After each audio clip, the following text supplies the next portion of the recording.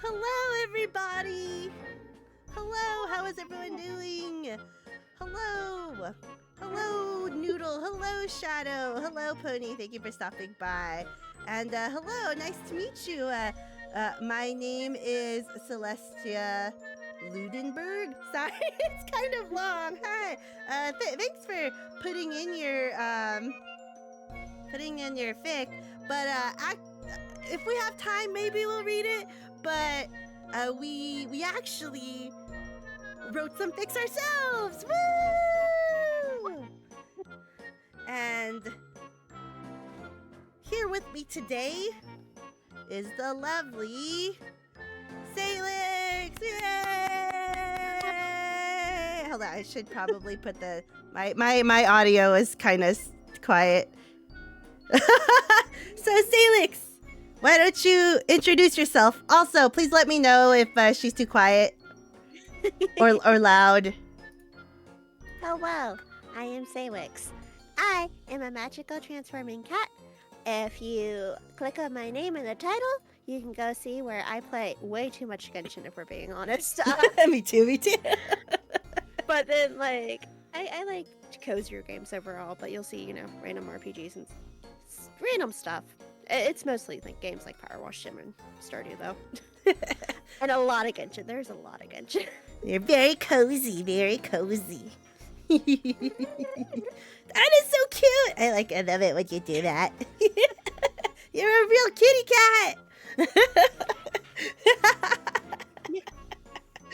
Why does it feel like forever since I watched an Ume stream? I'm sorry. I only streamed like 2 days last week because I was actually sick last week for like 2 weeks. Oh no, I feel like everyone got sick. Too much Genshin, in fact. Oh, is that one of your peeps? Yeah, hi, Mies. Hello, nice to meet you. Thanks for joining us. But yes, we worked really hard on these fanfics, so we really appreciate you stopping by, even just for a little bit. My brain was gonna explode, but yeah. Well, do you have any history of writing fanfics? Were you like an author back in the day? Are you still one now? Yeah, so there's an ongoing bet with my chat that if they can find my AO3 name, I'll read some of my stuff. Oh my god. And it's like, I've got 2 friends who know what it is. It's like, you can't ask them, that's cheating. So, if I post any of this, it's been like, 2-3 years since I've actually written anything, though. So Not as bad as me. I forgot how fun it was until I was writing those, and it's like, okay, this is enjoyable. Dude, I think it's been, oh my god, I think it's been like 15 plus years since I've written a fanfic. Yeah, no, I am actually cringe. I Yeah. write them, I read them, it's fine. I read them more, obviously. I still read them. Look, when you have grown-up jobs and grown-up responsibilities, sometimes you just want to have a little fun. And let's be honest, we know more about on the backs of, adult women. Yes. Yeah, Shadow says this is a good learning opportunity for me, so thank you. I feel better about myself. But just like I said, keep in mind, I haven't written in like a bajillion years. Like I said, I'm not going to repeat the number because I realized I just aged myself. Oh my god.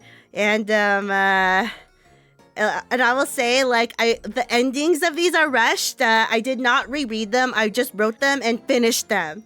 And then Salix was nice enough to just like skip it real fast and be like, "Oh, this is great." I'm like, "You're too nice. I think they're funny. You're too nice. You're too kind." I think they're funny. I think it's gonna be enjoyable. Especially so we were trying to write we had a generalized goal in mind.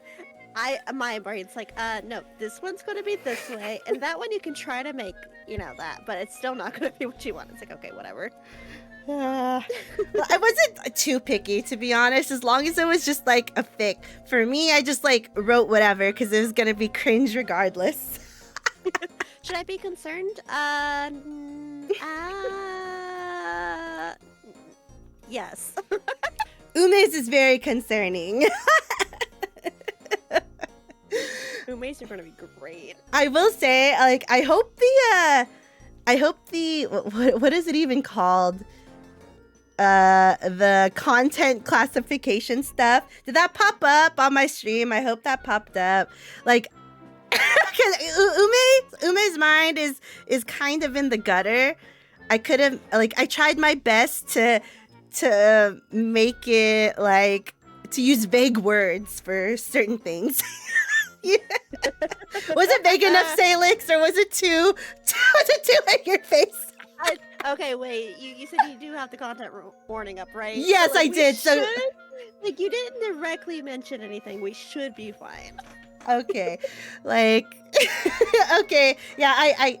I just put that content thing up just in case, but yeah, I will just say, like, it's Halloween, so there's gonna be some scary content. Like, it might be considered horror to you, but to me, I recently, like, when I got into Genshin, I would say, like, Zhongli and Child got me into a certain, I guess I hate to say the word, but like, kink. It is absolutely a kink. I am so sorry to break this to you. It's absolutely a kink. And it's not one that I personally like, but like... Oh my god. So yeah, like, it's spooky time. You know, you guys see, I'm sure everybody's seen, like, slasher films. Oh, Mythic, Mythic Wings. Thank you for the raid. Hello, Raiders. Hello. Do not judge it. It's too early to judge. If you want to judge, wait until the kink comes up. Then you can judge. Wait. Hello.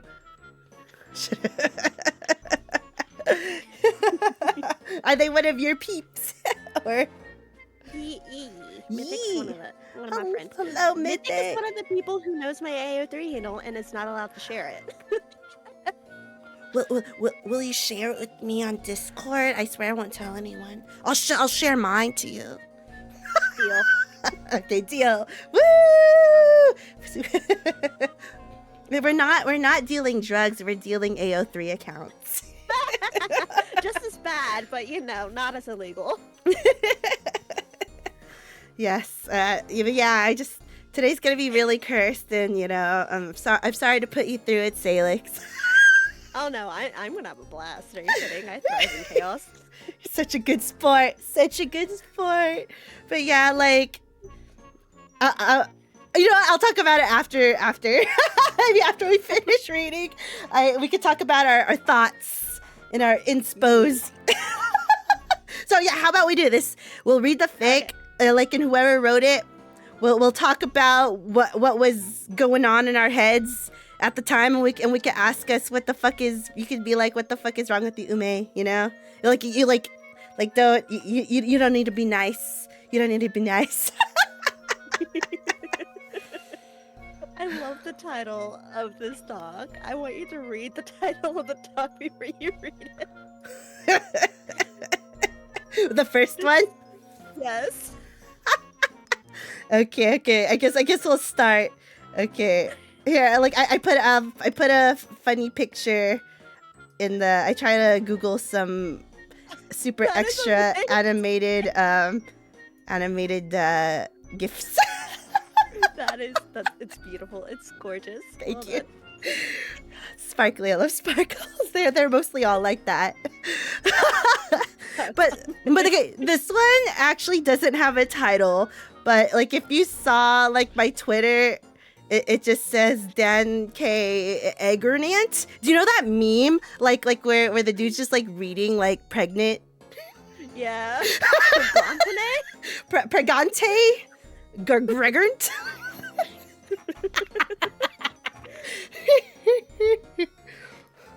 Oh, what the hell? Shadow is all like, my mom heard the stream and asked, who's the old lady? Wow. So which one of us is the old one here?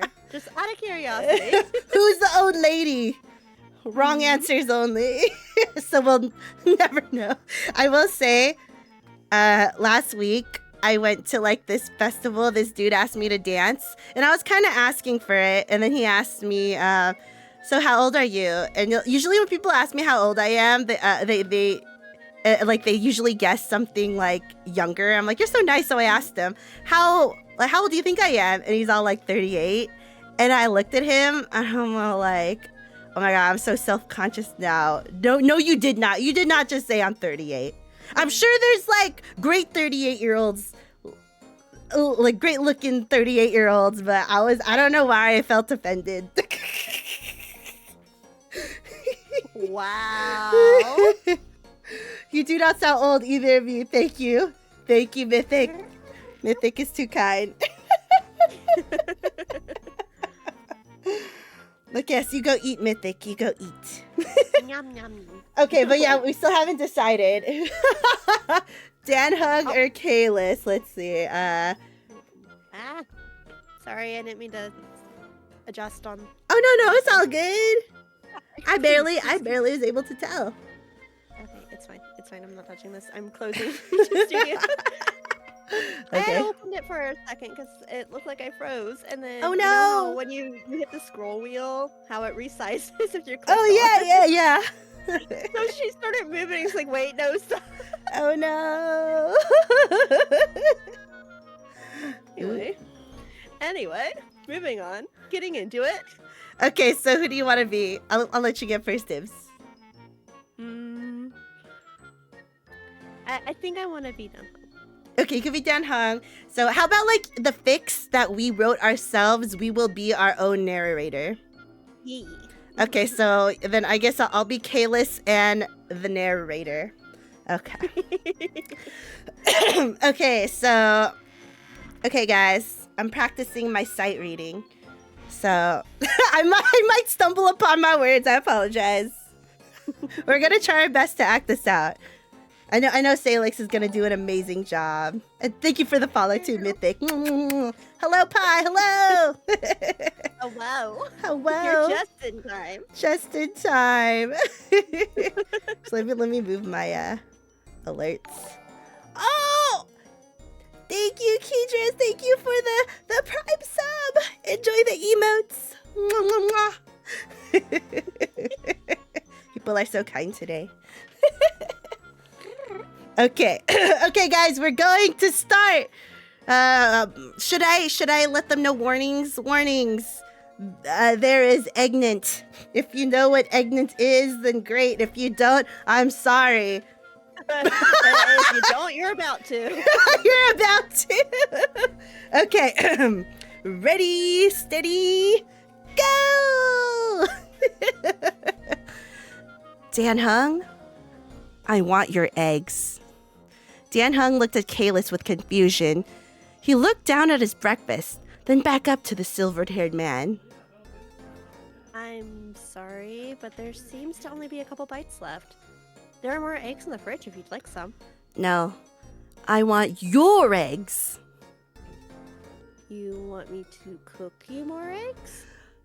No, I want your eggs in me.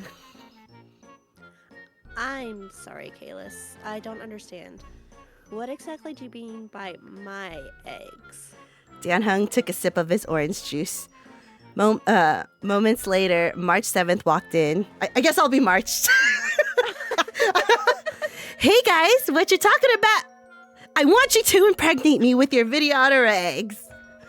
Dan Hung sprayed his orange juice all over March. March, I'm so sorry. Dan Hung handed her a towel. March gave them both a disgusting look.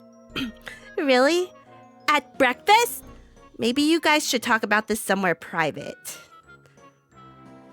Good idea, March. Kalis dragged Dan Hung by the wrist to the archives.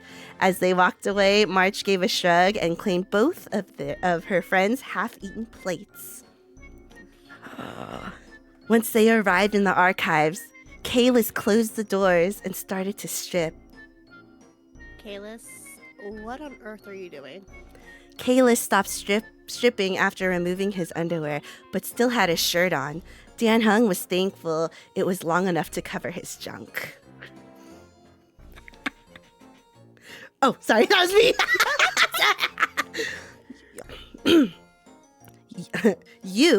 Aren't you going to impregnate me now? Dan Hung looked away and tried to hide his blush. He gave a loud sigh. Kalis, I didn't agree to anything. Also, we're not even dating. What does dating have to do with it? Aren't you only supposed to do it with the one you're dating or married to? Really? I've done it with people who weren't dating me. Dan Hung was taken aback by that statement. What was that little ping in his chest? Maybe it was the feeling of annoyance? Kalis was probably trying to rub his body count in his face because he was still a virgin. Well, for me, I can't do it casually. Then let's date. What in the world was going on with Kalis today? You're only supposed to date people you love, Kalis. But I do love you, so we're dating now? That really caught Dan Hung off guard. He nearly fell over. This time he could not hide the extreme redness in his face. He tried his best to compose himself. He walked over to Kalis, grabbed him by the shoulders, and gently pushed him out of the room. So are we? I need time to regain the brain cells I lost. I'll see you later, Kalis. With that, he closed the door and locked it. Seconds later, he heard Kalis knocking and calling his name. Dan Hung? Hey, Dan Hung! Please let me back in. He tried to ignore it for a few minutes, but guilt took him over. Yes? Can I get my pants back? Dan Hung became flustered again. Oh, yeah. Sorry. He handed them over to the silver-haired man. Kalis smiled and gave Dan Hung a peace sign. Thank you. See you later, boyfriend. With that, Kalis merrily strolled off. What in the world was Dan Hung going to do with this guy? What was he going to do with the pain in his chest, too? Every day for the next few days, he would find Kalis in his room in different provocative outfits. Every time it happened, he would throw a jacket at him and politely escort him out. Every time the outfit became raunchier and raunchier. It was getting harder for Dan Hung to resist the temptation, but he wouldn't give in. One day, after a mission in Bellabog, Dan Hung found Kalis in his bed at the... to be honest, I do not know how to pronounce that. Is it Goth? Goth? I think it's Goth. Goth, okay. The Goth Hotel. He wore a reverse bunny girl outfit and was nonchalantly scrolling through his phone, chuckling at silly videos. Kalis noticed Dan Hung. He smiled and gave a small wave. Hello, boyfriend. At this point, Dan Hung nearly let his feral inner dragon come out. How could this cute little bunny be sitting in his bed so defenseless? He shook off the urge and demanded Kalis to get out. But why? I'm sleepy and you have your own room. Good night, Kalis. Kalis shrugged and got up. Before leaving, he gave Dan Hung... Oh my god, I misspelled that. Dan Hung a peck on the cheek and winked. Good night, boyfriend. See you at breakfast. Kalis once again departed merrily. Dan Hung had no idea how long he could hold back. Was he too in love with Kalis? Actually, did Kalis even love him? Maybe he'd say anything just to carry Dan Hung's eggs. The silver-haired man did say he'd done it casually before. He started feeling the pain in his chest again. Anger slowly started to overtake him. Maybe the next time Kalis tried to seduce him again, he'd give in. Not because of love or wanting to give Kalis the eggs he wanted so badly. It would be to punish him. He imagined himself doing Kalis into submission. He wouldn't be slow and passionate. It would be rough and feral. Even if he begged Dan Hung to stop or slow down, he wouldn't. He'd keep going, even if the other man would pass out. Just to spite him, every time he would feel a climax coming, he would pull out and unleash his seed on Kalis's stomach. Or maybe his face? He'd love to see him covered in his... Tianheng felt his little dragon below harden. Wait, what am I thinking? This isn't me. What in the world are you doing to me, Kalis? Since it was late and he had an early day tomorrow, he decided to go to bed, not before relieving his little dragon below. While doing so, he could hear voices coming from outside. It became a little hard to concentrate when the voices became louder. Soft chatter became loud, annoying laughter. He looked outside his window. To his surprise, he saw Kalis dressed in his reverse bunny girl outfit still. Of course, he wouldn't change before going outside. At first, Tianheng decided to just let him be and go to bed. His little dragon was deflated now, and Kalis was an adult, not to mention very strong. He definitely was able to take care of himself. Then he saw who he was talking to. Sampo? When did they get close, he wondered. He got a better view of this scene and saw his hand around Kalis's waist. He immediately got dressed, grabbed an extra coat for Kalis, and dashed outside. Oh, by the way, do you want to be Sampo? He literally only has one line, though. Okay. But like I said, it was fun, but... When did you two start getting along? Tianheng cut Kalis off before he could finish. Kalis's face brightened. Tianheng! I thought you were going to bed. Don't tell me. You've decided to let me sleep with you tonight? Tianheng grabbed Kalis's arm and pulled him towards himself. Yes, actually. He said while putting his extra jacket around Kalis's shoulders. Sampo and Kalis gasped. Wait, really? Yes. Don't make me repeat myself. How to avoid Twitch TOS like a flake. Hello. I'm trying my best. The black. Hold on, I gotta sneeze for a second. Oh my God, Pi! DM me, Pi. He redeemed one of the very big rewards. Okay, the black-haired man looked over to Sampo and then back to Kalis.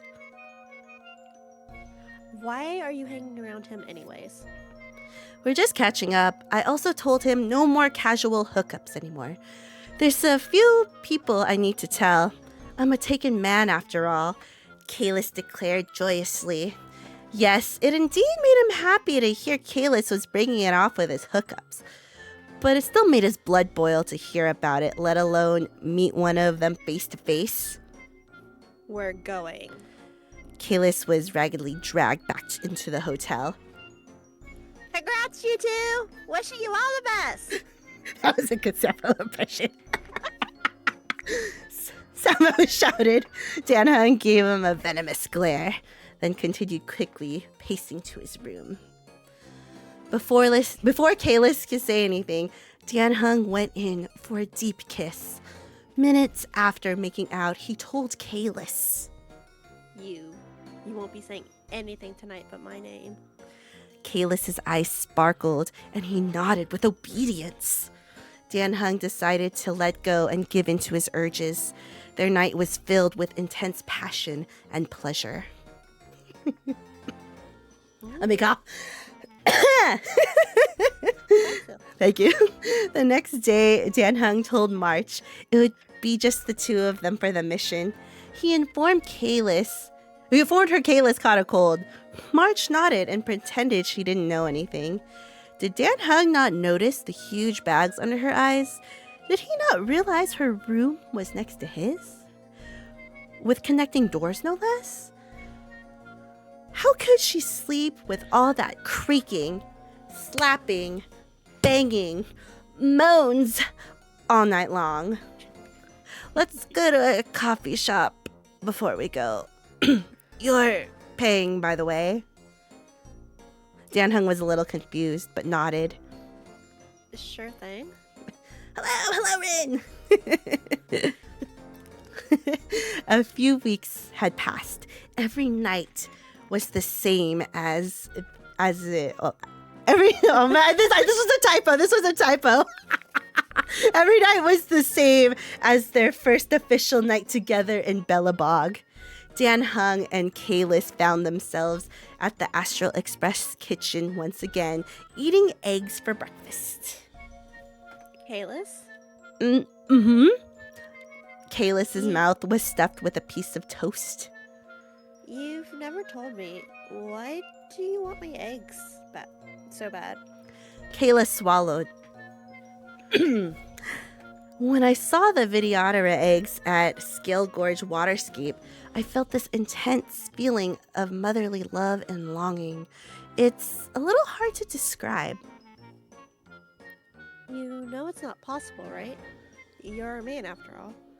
And Vitiodora can't reproduce. Kalis gave a gentle smile. I thought that too, and it bummed me out a bit. But one day, I heard Bailu talking to herself.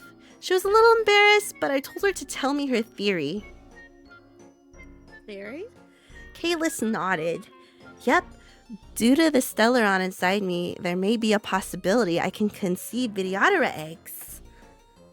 But why me? Weren't there other Vitiodora you could have borrowed a seed from? Dan Hung said bitterly. Yes, I did think about that.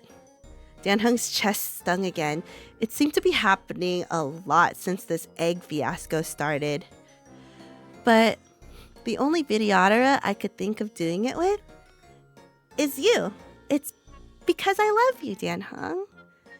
Unlike the other times Kalis declared his love to him, he could feel the tenderness in his voice.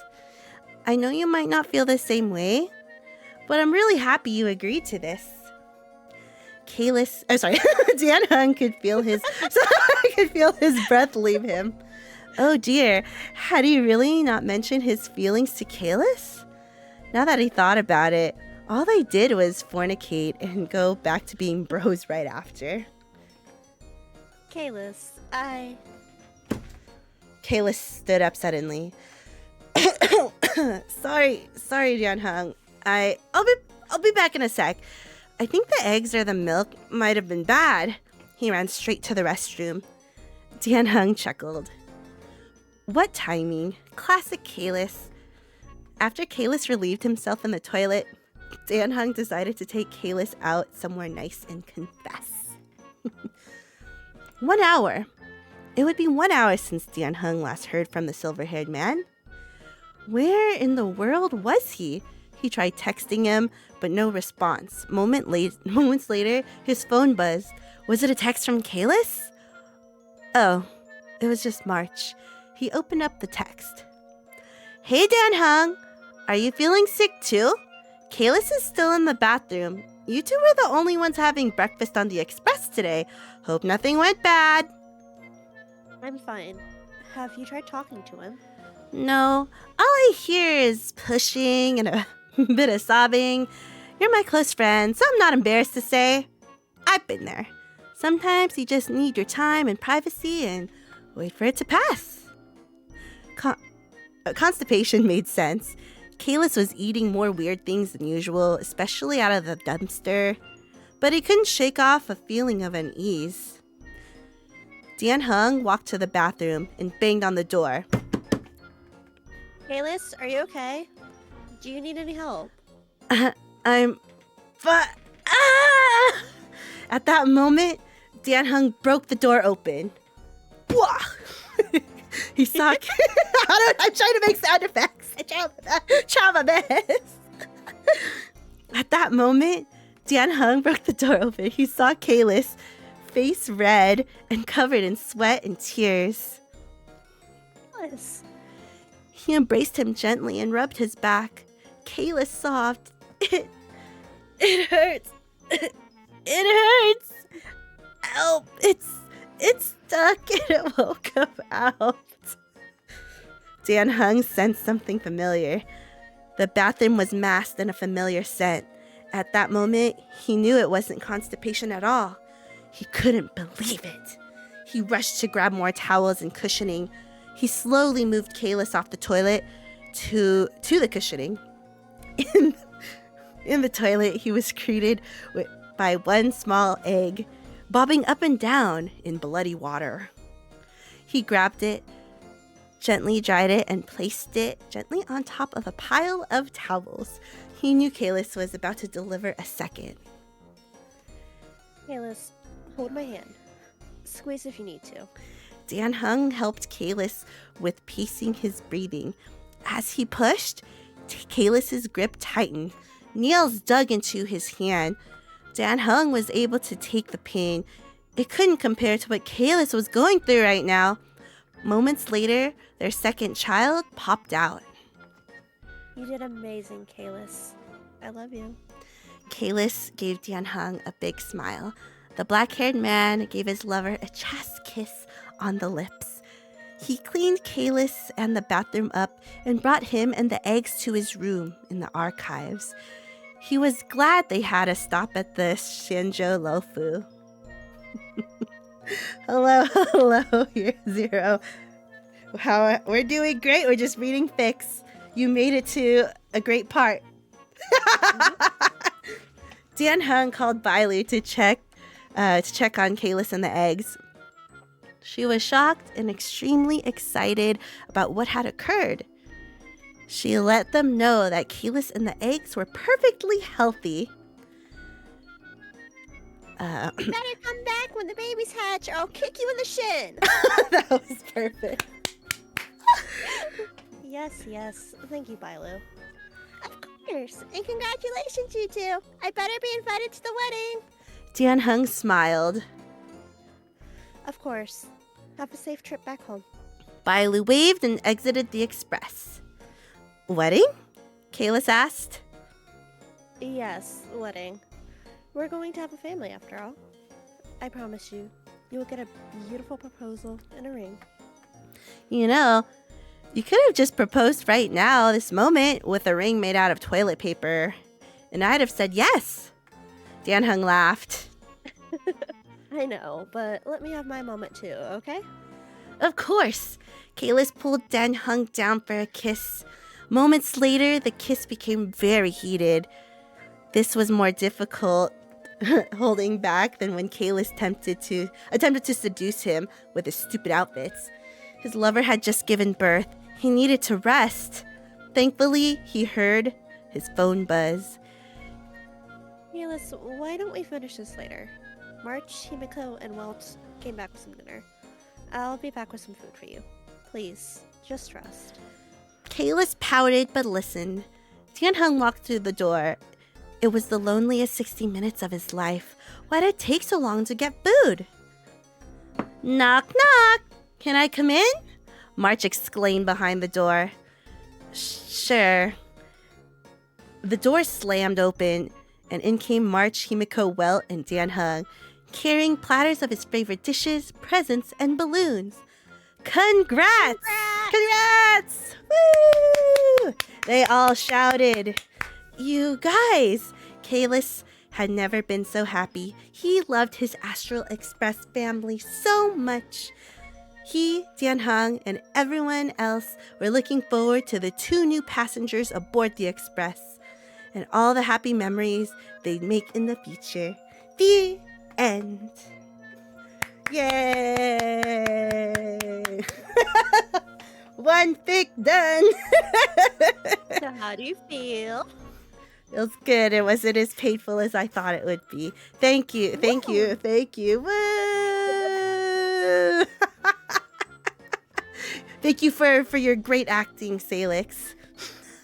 I have to try my best just for you. This is a very special occasion after all.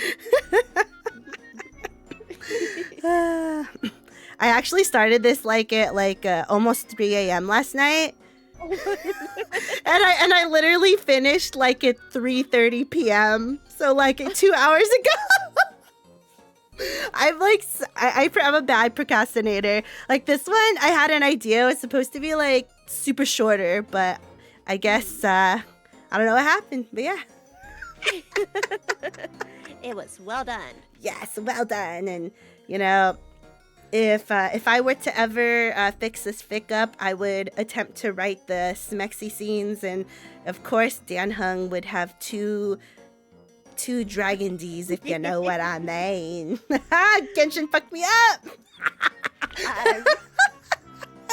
Look, so what you do is you write a version with Stell instead, and then you put both of them to use. You know, I actually thought about that. Yeah, I'm actually really into both Dan K and Dan Stell. Mhm. Those are my ships. Bonk. I'm sorry. I'm What? sorry. Okay, so the next fic was done by the lovely Salix. Let's go switch it up, shall we? Let me go. Mine is not nearly as... I love the gift. It's so extra sparkly. Dude, I wonder if Hoyoverse did that intentionally so people would do this. Because, like, their poses were perfect. Honestly, theirs are coded as they could be without censorship getting them. Like, I know. It's like, come on. Like, there has to be something going on. you cannot make that any clearer without outright saying they're a couple. But, you know, censorship ain't gonna let that happen. So sad. Will we wait, is it true, like, Honkai Impact the Third has some, like, lesbian kisses? I don't know. I've never played it. I didn't play that one, but I've read more than once, so I'm inclined to believe that apparently there was a canonical kiss, but censorship laws got them, so they had to take it out. Really? Okay, so they can't do it again. Mm-hmm. That's so sad. You know what? Why don't they just just censor it in China and the other places that need censoring? Just give it to us. Give it to me! Give it to me! I know they were trying to move from China to Singapore, I believe it was. But yeah, they've still got like all the censorship stuff they're dealing with, and so like I said, these two are as coded as you can make them without outright telling you they're a couple. You know how like in Genshin and even Star Rail, how like everybody's like shipped, like there's like different ships with the same people, but you know, mix and match, and all of them are almost as equally as popular. But yeah. I feel like Hai Kave is just like universally everyone just for the most part everybody ships them, you know. Honestly, yeah. Which I mean, once you see what they're like together, you even fault. I love it. I'll hate them with me. Yes, friend. I'll hate them's your husbando. Yeah, I have a friend that's like that too. I'll hate them for husbando. We've got this whole like convoluted web going. It's great. Wait, a what? Convoluted web? Okay, hey, do we want to pause before the next one so I can Yeah, explain this? yeah. Let's pause. Okay, so Albedo is my husband. Albedo's boyfriend is Kaya. Kaya is Lumina's husband. And then Lumina is also with Alhaitham, who is with Kave, who is with me. Beautiful. It sounds beautiful. Like you definitely need like one of those like charts though, you know, where, like it has the circle, like their picture in the circle, and then the colored lines. Yeah. Yeah, so my I've got my Genshin ships, and then Albedo is my husband. And honestly, I don't know what Kave is to me. Kave's just special. He got me, man. He's the baby girl. Yes. He's the baby girl.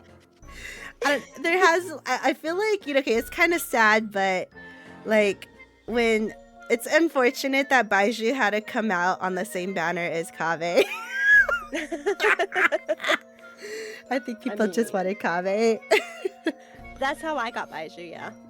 Just getting more Kave. Did you C6 him? No.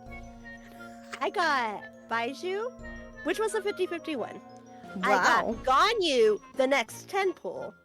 About 20 or 30 pulls later, I got my first Chi-Chi constellation, and then it still took like, what, 3 more 10 pulls after that to get a singular Kave. To get a single Kave.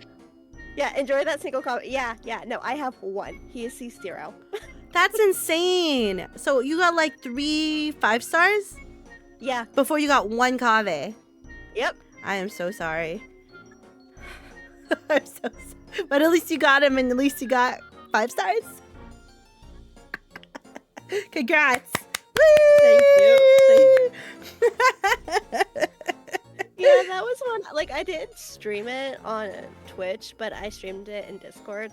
And yeah, a few of them were sitting there watching, and it's like, this is just painful. Oh my goodness. Kame said he was too embarrassed to come home. Kame. Do you have I'll hate them? Yes. Maybe him and I'll hate them got in a fight, so he didn't want to come home that fast. Ah, that would explain it.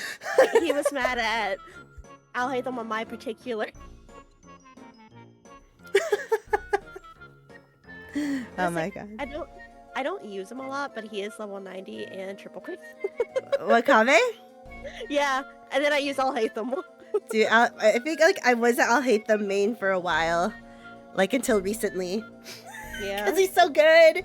But He really is. Kave, it's like he's like really niche. You gotta have a specific setup for him. He's not very universal. Yeah, and I think that's kind of why, because like I don't have Nilu, Me neither. which I know she is a big part of being able to use Kave to its fullest, Mm-hmm. and it's like No I'll pull him Nilu. out every once in a while, but yeah, I tend to use all of them. When will Hoyoverse, like, for like one of the anniversaries, they should just like I'm like a toxic, or I used to be a toxic FGO player. Do you know what FGO is? Yeah. Yeah, and I know like during like twice a year for their anniversary and for New Year's, you get like a guaranteed limited 5-star like in the banner, and it's like a discounted roll. Like that one roll is like guaranteed like a 5-star in that like specific. I wish we got something like that, like in That would Genshin. be so nice, honestly. And like I know Star Rail has finally started running the double banners, so it's Yeah. like they're people are like, it's so much better. It's like, bitch, wait. Now that they're running the double banners, we'll see how that goes.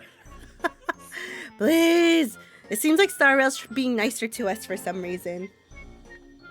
I feel like this is just my opinion, but I feel like Honkai as an IP has always been more of Hoyo's baby. Because like Tears of Themis gets absolutely fucking ignored most of the time. It's real. That's And so Genshin sad. is, like, Genshin is like the money maker, but like you see them put like, and I'm not saying they don't care, because they care about all their games, and it shows if you pay attention. But I feel like they put more care into the Honkai games, because I know Honkai Impact was like the baby, Oh yeah. No, I and it's see like it. yeah. Even as you play Star Rail, you can tell that a lot of their love goes into Star Rail. Yeah. And it's Like there's so much like it. Like the UI is pretty similar to Genshin, but there's so much more quality of life. I feel like there's like more, like the story wise, you could kind of tell. I'm not saying Genshin story is bad, it's not, but I don't know. You could just like, there's a lot of little Easter eggs, and people, you could tell people are just having some fun, you know, for the lols. Yeah. It'd be so much better if it was just more than just a damn temple. Yeah, like Genshin could probably give better rewards, but It's Genshin. yeah, Oh, because they know they're gonna make the money there. So. Speaking of Genshin, do you wanna? Okay, I've literally got this talk titled, "Well, it was meant to be a super serious actual horror fanfic. Don't know what happened." I liked it. It's cute. So, okay, so who will I be? I guess, Haven's the only one that. Or no, Kave does speak right at the end, doesn't he? okay. Well, since you're gonna read the narrator, I'll hate them. Or since there's like a little bit of text, do you want to be Kave or should I just be both? No, I don't know. Depends on, because you've also, your fics are longer than mine, so you're going to be reading a lot more. So I can be Kave. Okay. Ready. Anytime Al Haytham walked into a silent house on a day he knew that Kaveh should be there, alarms would go off in his head. While Kaveh could enjoy a quiet moment, he was a man that hated silence. There was always some sort of background noise when he was home. Music coming from the spin crystal player he insisted on placing in their front living space after a visit to the traveler's adaptable teapot. The sounds of a meal coming together as he wandered around the kitchen. The mutters of a master working on his craft as he put together blueprints for clients in the study. Talking aloud to Marak as he adjusted his plans. Childhood trauma ran deep, even as the wounds healed with time. Kaveh was not fond of a silent house, especially when left alone. The death of his father and the departure of his mother for Fontaine. He did not like the cold a silent house brought with it. If Kaveh was here, there would be a form of background noise to warm the air. As far as Al Haytham was aware, Kaveh should be home today. There were no meetings with clients that he knew of, and today wasn't a game night with Tanayari and Sino. It was his own turn to take care of dinner, and the warm bakes from Lambat's tavern held the promise of a fulfilling meal. For a moment, Al Haytham considered that Kaveh might be out. It wouldn't be the first time that a runner had... It wouldn't be the first time that there had been a runner looking for him to handle an unexpected situation at a client's worksite. While Kaveh tried to pretend that it wasn't an open secret that he lived in this house, most of the city knew where to find him whenever necessary. The thought was quickly dropped at the sight of not only a golden key, but in the dish by the door, right where he had left it, but also the shoes lined up nearby. While his roommate had foolish moments, he wouldn't have left the house completely barefoot unless there was some sort of extreme emergency in the house itself. There were no signs of a fire, and it seemed unlikely there had been a break-in. In the latter case, he would be more concerned for the would-be thief than the man that worked regularly at construction sites. Never mind the dendro vision he kept on his person, and the semi-sentient toolbox that reacted to voice commands and could wield a claymore for its owner. Kaveh? He called out as he carefully slipped his own shoes off to place them next to those near the door. There was no response. Pulling down his earpieces, the only sound he could pick up was a faint dripping. The faucet in their washroom had been leaking recently, and neither of them had found the time to fix it just yet. Kaveh, I know you're home. Al Haytham said as he walked deeper into the house. The silence was unsettling, and he kept his guard up as he looked around. The living room was empty, as was the kitchen. A quick peek into the study showed that there was no one there either. Nothing looked as if it had been disturbed recently. The normal mess of books and papers scattered across the house. Maybe he just fell asleep. The younger man muttered to himself as he backtracked for the food and set it on the table between the couches. He's been working himself too hard again recently. Even through the deadline for that house is still... Oh, sorry, I can't read it. Even through the deadline for that house is still a while off. Look, reading is hard. I know, reading's hard. He took a moment to consider his next steps. If Kaveh was passed out in his room, letting the blonde get his rest would probably be the best course of action. It would be difficult to get him to lay down again once he was up, and the food could always be reheated. With a sigh, Al Haytham walked towards the second bedroom to check to see if Kaveh had at least made it to his bed before dropping. Except, he wasn't there, either. It was at this point the alarms going off in the scribe's head started blaring. The dripping in the washrooms sounded louder than ever.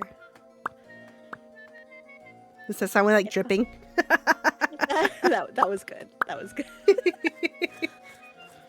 If Kaveh was ill, surely Al Haytham would be able to hear him from here, right?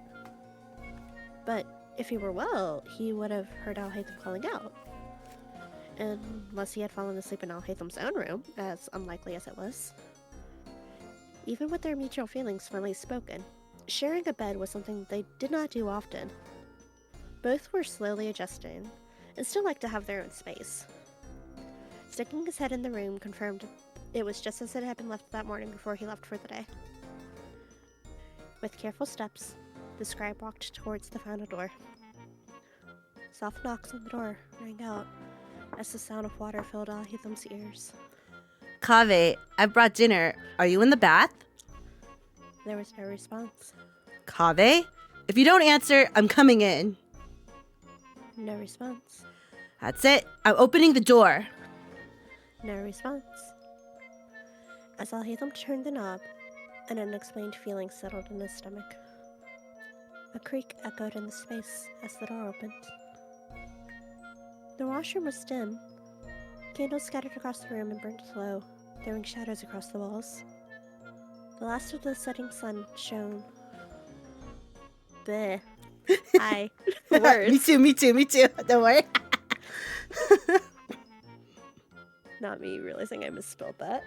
No, dude, like when I was reading, I noticed all these typos and these words didn't make sense. I'm like, it made sense in my head, but... Right? The last of the setting sun shining was barely visible through the window. I will fix that sentence later. The dripping sounded out. Drip. Drip. Drip. Kaveh? He hit the light to better see. A body, mostly submerged in the bath, unmoving. Blonde head of hair, laid across an arm, hand dangling towards the floor. The water was red. Kaveh! Alhaitham rushed across the room, knees hitting the floor hard as he reached out to his partner. Hands shaking, he placed his palms on the blonde's face. Kaveh's skin felt a bit clammy, but thankfully wasn't freezing like he had feared. Gentle puffs of air hit his palm, where he placed it to make sure the man was breathing. He pulled the other out of the water that, if once hot, had long gone cold. A quick scan up and down didn't show any signs of wounds, though. Why was the water so red? Kaveh, can you hear me? I need you to wake up. Kaveh, I need to know what happened. I know you can heal with blooms, but if there were deep cuts enough to stain the water, that way we'll still need to take you to see a doctor. Slowly, the older man stirred from his place in his roommate's arms. Haitham? What's going on? The relief that flooded Alhaitham's system as the eyes he loved so much blinked up at him couldn't be explained. Though unease still sat in his stomach at the mystery of what caused the water to be such a color as the mystery. Me too, no. Oh, wow, I give up. What is words? Honestly. As the mystery of what caused the water to be such a color remained unsolved. Oh, are you with me? Oh wait. I need you to tell us. I thought I lost place too. Are you with me? I need you to tell me what took place. I got home a few minutes ago and just found you. Can you move? I would like to take you and have you checked out. As the blonde slowly woke up, he realized what position he was in and jolted up. At the sight of the fear on Alhaitham's face, Kaveh's own crumpled in guilt and upset as he pieced together what had happened. The younger man moved to hold on to the hand his senior moved to place on his arm as the blonde went to explain. Oh, Haitham, I'm fine. When Alhaitham went to speak, he was hushed. No, listen, it's okay. I just fallen asleep. The last couple of nights must have caught up to me once I settled into the hot water and allowed myself to relax. I never meant to scare you like that. What of the water? What of the water, Kaveh? Why is it red? At that, a blush slowly spread across Kaveh's face as he muttered out an answer. Alhaitham's frown deepened as he leaned a bit closer to hear better. What is that? I got a new bath bomb at the market. It's a new formula of the medical salts I prefer. They added pomegranate alongside the mint for refreshment, though I was warned it would turn the water an eerie color. I'm so sorry. I obviously didn't plan to fall asleep. I never would have wanted to do that to you. For a moment, Alhaitham just stared down at Kaveh, now bright red and looking up with slightly watery eyes. He bowed his head, shaking slightly as he tried to hold it together. When Kaveh reached out a hand and gently brushed his face, though, the facade broke, and he started laughing hard enough to bring tears to his eyes. He knew Kaveh must have been confused, but Alhaitham just couldn't help himself. As he gathered his partner closer and buried his face in beautiful blonde hair, he kept shaking with laughter, the strange feeling from when he opened the door finally dissipating, as nothing but a soothing relief at the knowledge that the blood was all right kept him from breaking down. After a few minutes later, he finally managed to calm down enough to relax his hold. After a few moments, he pulled back, just enough to drop a kiss on Kaveh's forehead before pulling them both up. Go get dressed while I change. I bought dinner. Yay! Mine wasn't nearly the same caliber as yours. No. It took a completely different direction. I feel like mine, like I said, you'll definitely see in the next one. My head's in the gutter. Your head is not in the gutter. You are a normal human being. Something's wrong with me. I mean, normal doesn't feel right. It's great though. I feel like your fix, it's like Ume built different, LOL. Like I feel like your fix seems more what is that word? It seems like more like if I were to compare it to something, it would seem more like fancier and like poetic than mine. And I don't know. I just feel like if I were to make, I'm like the type, if I were to make dojins, it'd be the sexy, trashy kind. That's what I'm saying. And thank you for the hydrate, Mythic. Thank you. Are you gonna hydrate too, Salix? It's optional for you, but feel free to. Yeah. Is there any other kinds though? I mean, we're halfway there. We're halfway there. Living on a prayer. Sorry. And there you go, Kadris. I read my own fan fiction on a stream, so It was great. yeah, mine went a completely different direction. Yours are so good though. I want you to post yours. Okay, I'll probably like fix it. Maybe I'll add a sex scene. Maybe I'll add the sex scene. Now you can make this when she's done. Yeah, we're still waiting on Q. I'm supposed to, like, for my birthday, which was in August, which one of the goals was originally to read my own fan fiction. And then I ended up making a dare with someone else, and they lost, basically. So they're supposed to be writing self-insert fan fiction for me to read on stream. It's beautiful. Don't worry, I took notes. Yay, okay. Please, share your honest thoughts in Discord. I can't wait to see them. Self-insert. I feel like people who write self-insert are powerful. You're powerful, Salix. Look, we've gone full circle. It went from, yeah, self-insert is fine, to, okay, self-insert is so cringe, back to, you know what? You only live once. Fuck it.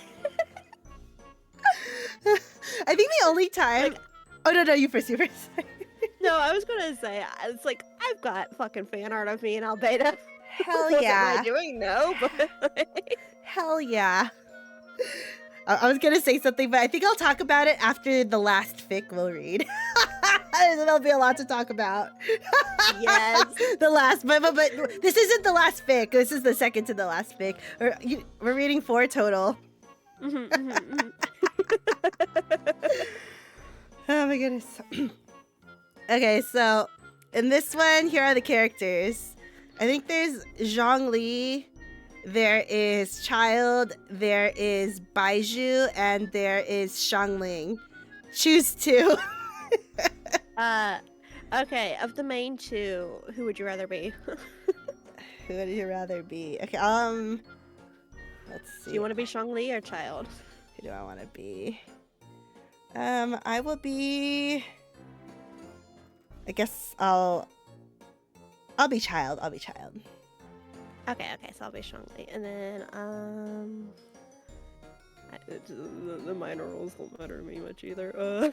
Do you want to be a cute girl or a sexy man? Be a cute girl. Okay, it could be Shangling. Okay. Okay, and I'll be Baiju. Me immediately realizing that I'm gonna have to say Junyun. You know what? I don't even know how to say it. I just like copied. I was like, okay, so like, what will they be eating? And I literally just Googled like Liyuan food. I just go like, okay, this makes sense. I just copied and pasted it. See, that's why I was being really careful not to put words that I couldn't pronounce. I wanted to make it look canon like true. Last one. That's why I said doctor instead of trying to say Birmingham. Is that how you're supposed to say it? Like Wait, who? What? The doctor's place in Sumeru. Oh shit! Like, how do you pronounce that word? I have no fucking clue. Yeah, which is why I very specifically made sure not to put that word in there. And I must just say, like, there's like a point in here. To be honest, like, I didn't do Baiju's story. So so characters, well, actually in general, all the characterizations probably fuck, so I'm sorry. But I don't even know if they call Baiju doctor or whatever. But in this fic, a child calls him doctor. Just like what I think at least Chi-Chi does, because I faintly remember her going Dr. Baiju. Okay, got it. And I know like Child and Baiju never met. So I just had put some creative liberties there. Are we talking about Boo Boo Bar Pharmacy? No. The place in Sumeru. Yeah, Boo Boo's easy to say. Yeah, the Birmingham. Is that how you say that? I legitimately don't know how to say it, which is why I didn't put it in there. Oh, I need to change the picture. Yeah. There you go. There you go. How does this say golden honeymoon? I don't know. That is amazing. It's like so. I love these. They're so cringe. I'm cringe but free. Yes. Yes. Yes. Beautiful. Okay. Let's see. Are there any warnings? I guess I'll give a warning. There's more melodrama, like a telenovela. The Birkenstock. Yes, exactly. But yeah, there's melodrama, probably a lot of out of character. I don't really know Baiju's character very well. I apologize. Baiju stands. There's EGGERNANTT again, and yeah. Okay, so this fic, I actually, at first, I didn't have a title. It was just called Zhang Child, I don't know, blah. Dash EGGERNANTT fic. But now it has a title. Apparently, it is now called According to Plan.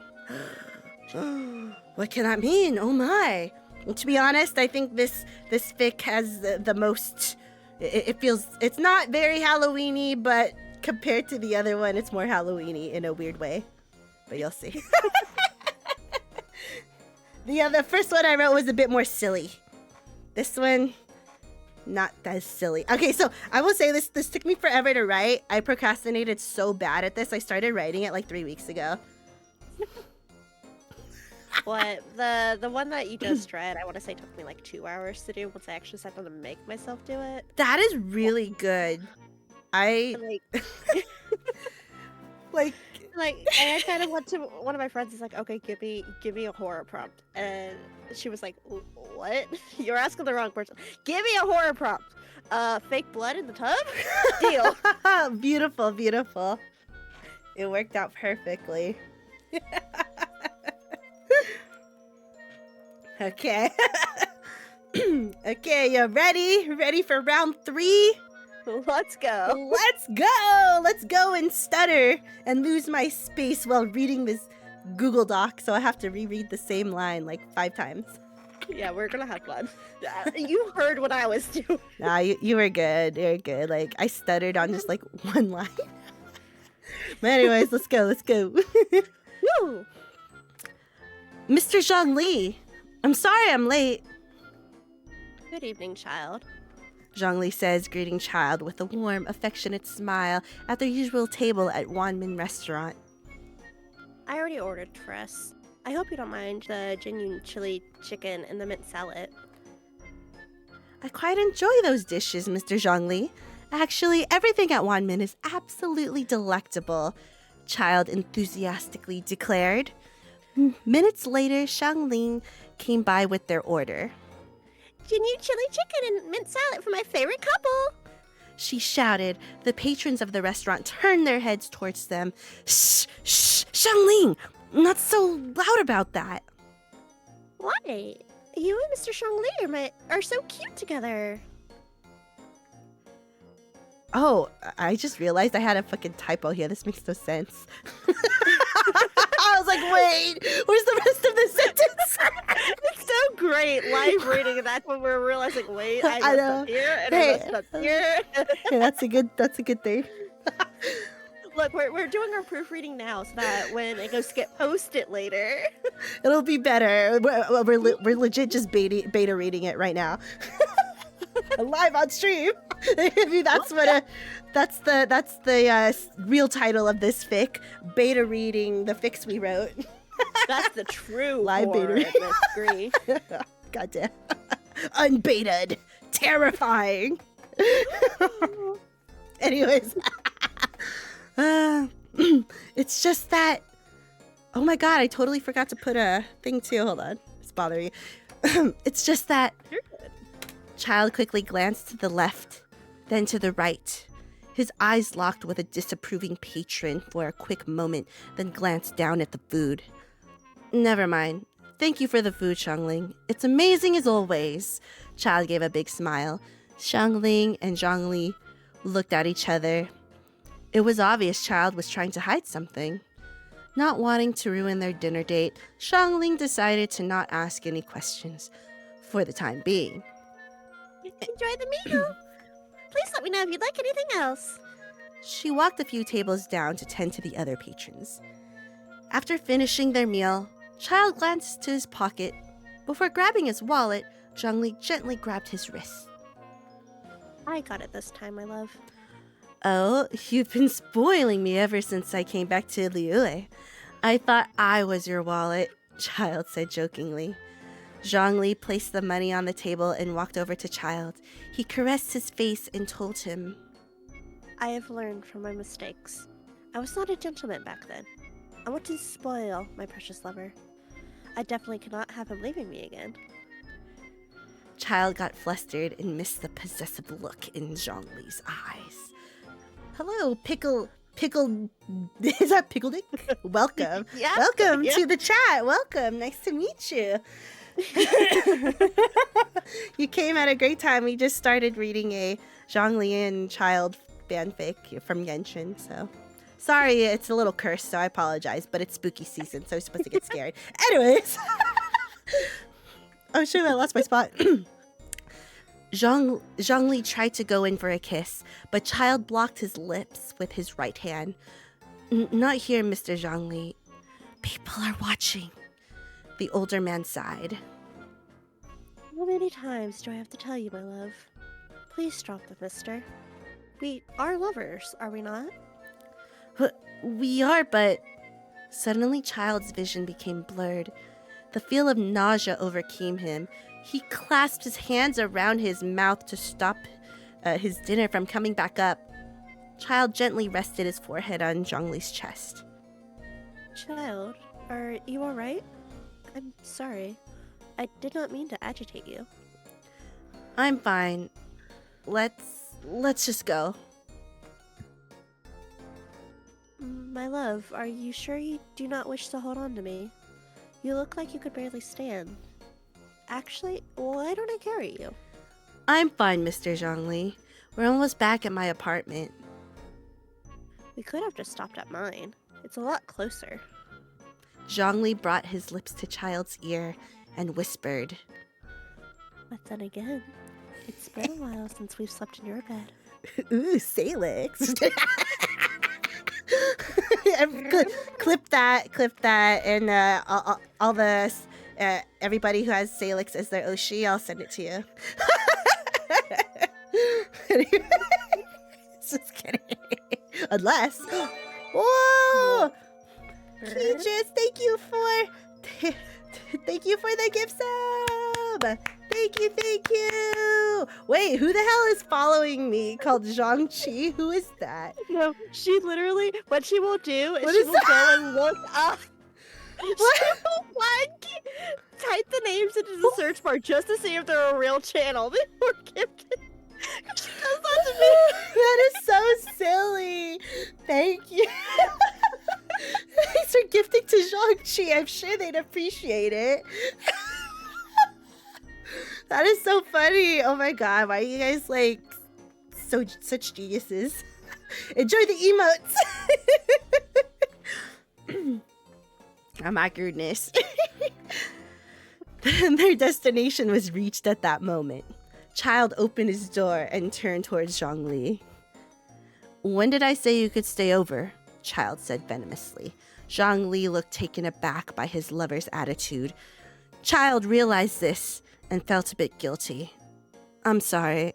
I think I'm having an off day, and not to mention feeling a bit under the weather. I kind of want to be alone.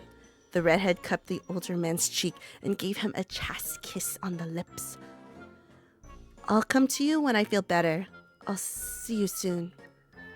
Zhongli felt a bit uneasy, like his lover was going to go away again. However, he shook the feeling off. After the Osile incident, Child lost all his trust in Zhongli. It took so much time, healing, and communication to get to the point where they were at now. Zhongli decided to trust his lover. Okay. See you soon. I love you. Child gently closed the door and locked it. He roamed into the kitchen to take some medicine. Medicine with water to help with his nausea. He then tossed his body onto his bed without bothering to change. Oh, how he wished for his older lover to be there right next to him, holding him tightly in his arms. When his lover left, it took so much of his self-control to not open the door to call out to him. To rid his loneliness, he tried his best to drift to sleep. Thankfully, his medicine helped a lot with that. Moments later, Child found himself in a slumber, dreaming of happy moments with his older lover. The next morning, Child was awoken by another wave of nausea, worse than the night before. Unlike yesterday, he could not hold it in. He attempted to walk to the toilet, but his body felt like it was weighed down by tons of bricks. After oh wait, that doesn't make sense. Wait, bowels? That's like you're shitting, right? Yeah, Does that make sense? I say stomach. I said bowels. After when you're not thinking. Dude, okay, sorry. Anyways, not his bowels. So much more. We're gonna have to do this again. I know, this is actually really fun. After emptying his stomach, the redhead slowly made it back to his bed.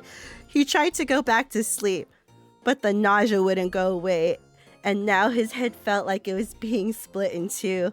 He knew he should have breakfast, but his exhaustion prevented him from moving an inch. He was like a rag doll. He decided to call Northland Bank to let them know he wouldn't be coming in for a few days. Sorry, sometimes I mute myself because I'm still coughing from being sick. You're good. You're good. Thank you. Do you want me to do Baishu too, just so that you've got a little bit less story? Sure. Give me Baishu. It's not much, but it's a little bit less. Okay, thank you. I appreciate it. He really wanted to call Zhongli over, but he couldn't burden him like that. It was also a time where many people were out. He saw the looks of disapproval. The Leon people gave him. He knew they had a reason to hate him. After all, he almost caused the destruction of their home. He didn't want to burden his lover with that too. Oh, wait. Oh, okay, sorry. I thought I skipped like a whole section, but my past midnight mind is just going nuts. Doesn't make sense to me. Sorry. Okay, anyways, few hours of trying to rest, Child's nausea and exhaustion became worse. He decided he would try to take the short trip to Boo Boo Pharmacy. He'd taken on giant monsters and gods. He wouldn't let himself be defeated by his own body. So what brings you in today, Mr. Harbinger? Baiju said happily. I thought I might have gotten food poisoning last night, but it's gotten extremely worse throughout the day. I can barely function. Child proceeded to tell Baiju the details about his struggles earlier that morning. I see. Let's run a few tests. After I finish, I suggest staying at least a night here so I can observe you. From what I can see now, it's definitely not just food poisoning. After testing, Baiju had Chi-Chi escort Child to a room where he could rest. The medicine he was given put him right to sleep. Hours later, Child awoke from his slumber. He could smell something amazing coming from the corner of the room. Good morning, Mr. Harbinger. I brought you breakfast. Baiju handed him lotus seed and bird egg soup. Child was practically drooling. He didn't realize how hungry he was. He took the bowl without hesitation. Baiju smiled. I'm glad to see you have your appetite back. I also come bearing good news. Child nodded, his head signaling Baiju to continue while he inhaled his breakfast. It turns out you have no life-threatening illnesses. Actually, you are not ill at all. Child gave Baiju a confused look. Congratulations! You're 6 weeks pregnant with 2 eggs, twins. Pregnant? Eggs? That doesn't make sense. I'm a man, and a human at that. I've never heard of a human laying eggs. That is true, but I sense extremely powerful abductal energy coming from you. And after reviewing your test results, it seems like your body may have changed a bit due to that energy. Child felt chills. Please don't tell anyone, even if they ask about me. Of course I wouldn't. All this is confidential. Take your time and get more rest. You are cleared to go home, but feel free to stay as long as you need to. Thank you. I feel fine, so I'll get going. Thank you, doctor. As he lay in his bed, Child was deep in his thoughts. He loved children, and it was a blessing to actually bear children of his own, but he couldn't burden Zhongli. He knew the funeral consultant was a very alike man in Liyue. Because of Child, people were starting to keep their distance from him. He noticed less people going to the Wangsheng funeral parlor for services when he started dating Zhongli. He loved the man, but he knew Zhongli wanted an easy and peaceful life after retiring as Archon. At that moment, Child decided he would prepare to leave once again, but where would he go? He would love to go back home to Snezhnaya, but if his child had strong dragon traits like Zhongli, it wouldn't be the best place to go because of the extreme cold. Maybe he'd go back to Fontaine? The weather was nice, the air was clear, and he knew of another dragon there he could get advice from. It was settled. He would start his preparations in the morning. The next 2 weeks were difficult for Child. Not only was he dealing with paperwork and morning sickness, but also avoiding Zhongli. His heart ached, but he knew it had to be done.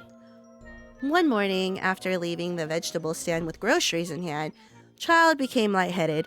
His vision turned white, and he heard a loud ringing in his ears. He felt himself falling over. He prepared to feel the pain of hitting the ground face first, but the impact never happened. Slowly, his vision came back. Child, can you hear me? Please, say something. Child! When he came to, he saw a panicked look from the most beautiful and handsome being he ever laid eyes upon. Zhongli? Zhongli gave a sigh of relief. He brought Child's body closer to his chest and hugged him tightly. Please don't scare me like that again. Child let himself relax for a few moments until realizing they were in a public setting. He gently pushed Zhongli away and looked behind him to avoid his gaze. He noticed the locals staring at them and whispering. Child quickly got up, picked up his bags, and tried to escape. Before he could go anywhere, he felt a tight grip around his wrist. Let go, the redhead said without looking back at Zhongli. No, I can't let you slip away from me again. Do you know how hard it was to finally get a hold of you? I thought we were lovers, Child. The older man shouted. Tell me, why have you been avoiding me? Child still refused to make eye contact. Do we have to do this here? Yes! I finally have you in my grasp, child. I can't let you slip away again! Zhongli took a deep breath to attempt to regain his composure. I'm sorry for yelling. He loosened his tight grip around his wrists, but he held it firm enough so his lover would not escape. Are you worried about what people think about us? Or is it the pregnancy? Both? Child froze. How did you know? Zhongli's expression softened. He cupped Child's cheek and with his hand and looked at him lovingly. My love, of course I'd know. Sorry, I'm about to cough again. You're fine. I'm getting better, I swear, guys, I swear. Your health comes first. Thank you. He gently put his hand over Child's belly bump. It was hidden by his fatui coat. The geo energy radiating from you was very strong. Of course it wouldn't go unnoticed by Adepti. When did you notice? About a day or two after you started avoiding me. Child could feel his eyes getting warm. He tried to not let his tears fall, but he couldn't stop them. He buried his face in his lover's warm chest. I'm sorry, but I don't think it's right for us to be together. I'm a Fatus, and I literally attempted to destroy Liue. People here, they hate me, and they all love you. They want what's best for you. Because of me, people are saying disgusting things about you. Because of me, Wangsheng Funeral Parlor is losing business. Because of me. Zhongli cut him off with a passionate kiss. Child tried to break the kiss, but Zhongli would not let go. Finally, he broke the kiss after what felt like minutes. Before Child could say anything, Zhongli shouted to the crowd. People of Liue, listen well. Today is a joyous day. Zhongli, what are you? Zhongli wouldn't let Child continue. Today, my beautiful lover has told me he is bearing my children. I cannot wait to raise a family with the one I love most, in a place where they'll be accepted and treated as equals. I actually lost my because I hit one of my arrows with my arm. Hold on, where am I? I'll try to look for it. Okay, found it. Sorry. The scum. Zhongli surveyed the crowd. Anyone who looked into Zhongli's eyes were struck with fear. Nervous cheering could be heard. Zhongli smiled and got down on one knee. Oops, the wrong child. Child brought his hands over his mouth and gasped. My love, will you be with me for the rest of your life? I am not the most perfect man, but I will do my best to make you and our children happy. It doesn't matter what anyone else thinks of us. What matters is just us. Tears started falling down Child's face. Child, will you marry me? He pulled out a ring covered with, I don't know how to say this. Why did I do this to myself? Prith, Thiva, Topaz, Gemstone. I wanted to be fancy, okay? Child threw himself at his older lover and cried into his chest. Yes, I do. Zhongli went in for another passionate kiss. Genuine cheers of happiness could be heard in the crowd around them. Let's go home, child. The redhead nodded. Once they reached Zhongli's home, the rest of the day was spent passionately lovemaking.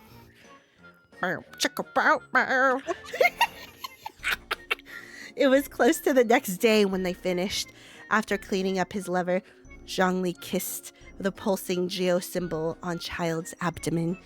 He then lied down next to him and pulled him into a gentle embrace.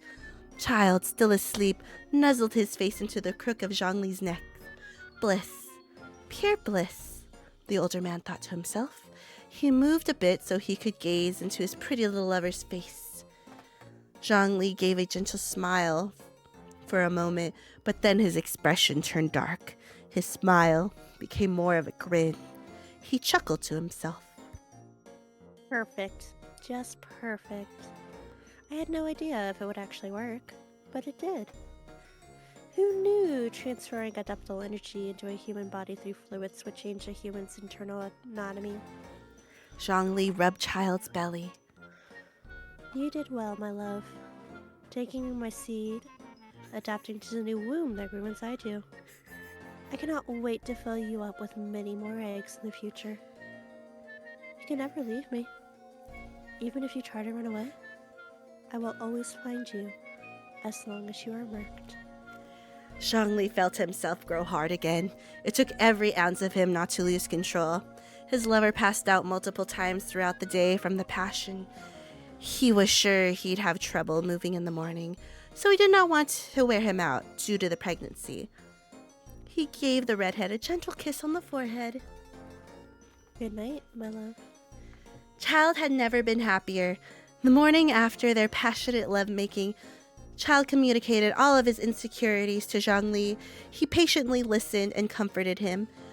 For the first time in a long while, he felt most of his insecurities wash away. Oh, how in love he was with this man. He made sure to cancel his plans to go to Fontaine immediately. Every day started to get a little better for him. People seemed more accepting, and the Wangsheng funeral parlor started getting more business. Zhongli assured him that there are a few slow seasons throughout the year, and he didn't need to worry about how his work was doing. He told him to focus on staying happy and healthy so he could safely give birth to their eggs.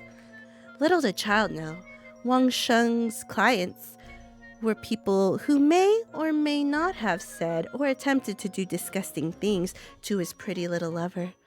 Zhongli definitely wouldn't bring back more acts to destroy Liyue Harbor if all of Liyue decided to go against his new family. Definitely not. He was only but a humble funeral consultant, looking forward to his exciting future with the love of his life. Certainly, none of this was according to a plan. The end. Yay! I wanted to make Zhongli a bit yandere. Kind of into that, like super possessive dragons. This is the ship that fucked me up. Okay, so next question. Do you ship Nouvellette with anyone? I guess like it's like the usual, you know, like the Risley, I suppose. Well, it's like I see him with Risley, and then I see him with why her name is not Clarine? Farina? No, not the Archon, the Electro lady. Oh, Yeah. Chlorine. Yep, it's like my brain is going, her name is not Clarine. You were not calling her Clarine. I mean, I can see it. I never thought of it really. I never really looked at it that way, but I can see it. It's like kind of hot though, you know, because they're both super hot people. Times. Yeah.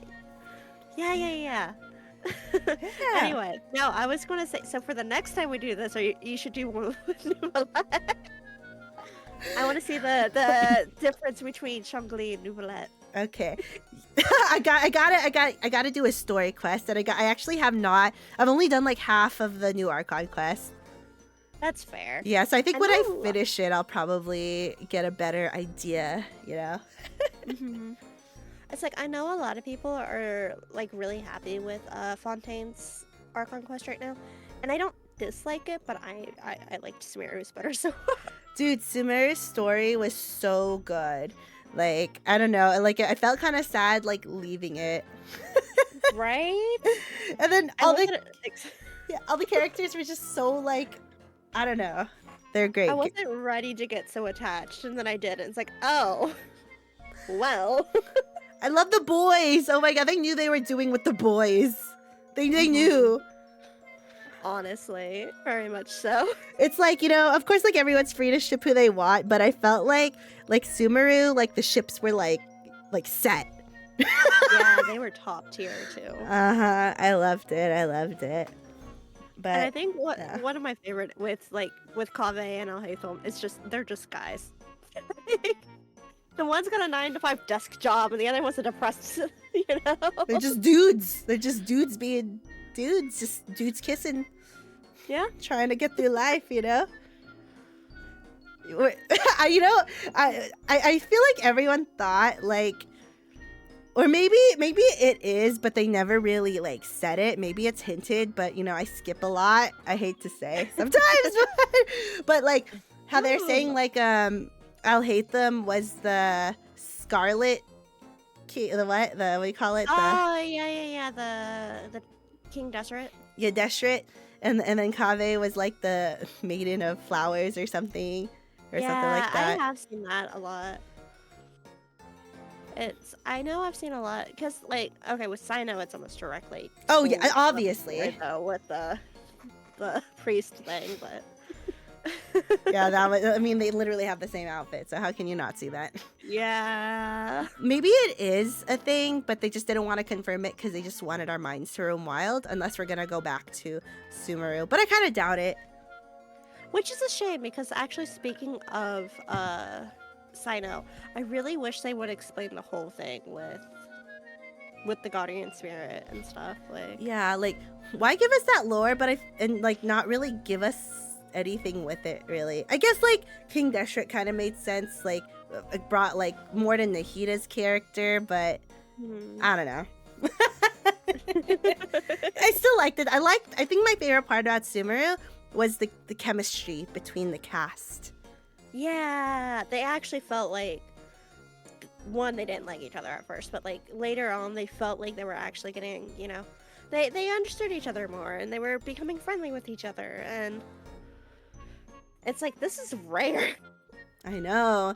It was like a big upgrade from like Inazuma. I don't know, Inazuma, it was like very beautiful, but I don't know, I just couldn't really connect.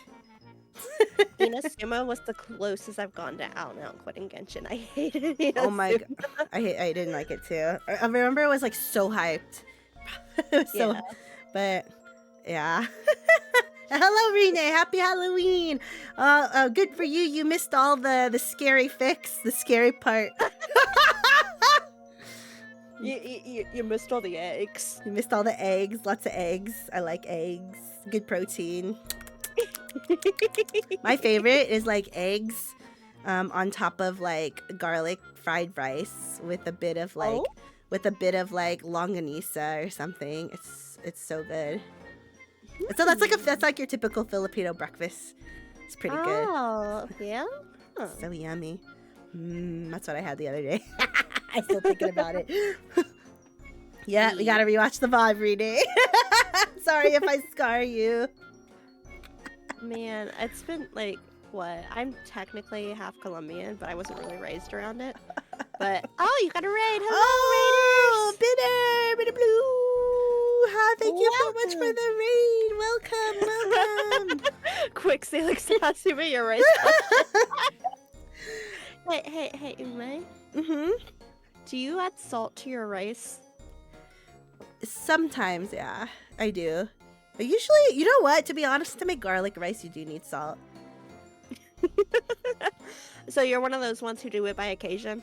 Occasion, yeah. But I usually like, my rice is more of like I don't just like eat plain rice. Like it's like kind of like a palate cleanser most of the time when I eat rice. So that's why I don't really put salt on it. But like for breakfast or something, then yeah. I see. What about you? So this circles back to, I am half Colombian, and to be fair, I feel like for Americans, it seems to be kind of 50-50. Like, some people do, some people don't, and some people do it by occasion. Hispanics definitely add rice, or salt to their rice. So I've always been raised, even if, if I'm making, I don't know what the dish is actually called. We always just called it Spanish chicken. But, like, if I'm going to make this chicken dish, I'm adding salt to the rice, even though it's technically got a sauce that goes on top of it. If I'm making curry, I add salt to my rice, just because, like, it's what I'm used to. And I think it enhances whatever other dish. No, I get it. Like, but I said... salt to rice. But I don't eat the rice just, like, by itself. But I do get it. I do get it. I mean, I guess it's kind of the same, because when I go to Korean barbecue, time to hydrate plus. Oh no! I totally did not put in my hold on. I am so sorry. I didn't put in my what's it called? But yeah, continue while I put it in. Continue. So you talk about rice. Yeah, so you can blame Kadris here, said, but Ume mentioned rice, and so the question came up. To me, like I said, it enhances whatever other dish I'm eating, but that way if I do want plain rice and just to add like a little bit of butter to it or something, or even if I'm adding like cinnamon sugar and some milk, it enhances the flavor more. Once again, with Americans it seems kind of 50-50, and my mother was one of the 50s that do add it. And if you're Colombian, you definitely add salt to your rice. Ah. Like there's this Colombian restaurant that, God, I want to go back. I want an empanada so goddamn bad. Anyway. Oh, I love empanadas. And it's literally one of the few places I can think of that adds salt to their rice if you get a rice dish. Oh. Or like even like there's a Mexican place nearby too. They add salt to their rice. It's a very Hispanic thing. Oh my goodness. Hold on. But it seems like with a lot of like people with Asian descent, they don't tend to do it, and it has turned into a very large argument on my Discord. I see. I mean, I get it. I mean, I'm like half Hispanic too. I'm like a fake Hispanic though. Great, you and me. You want to learn Spanish with me? Oh my god, I've been doing Duolingo because at work, I like work front counter, and everyone like I'm trying to figure out my tits. I'm sorry. I'm trying to do the Hydrate Plus. Is this which one's the Hydrate Plus? Oh, fuck. But yeah, like, thank you. Oh, that's thank you. Thank you for the Hydrate Plus. But, yeah, like, everyone, like, oh, shit. Oh, awkward. Oh, my ring. How do I get rid of this? This is what I proposed to Danong.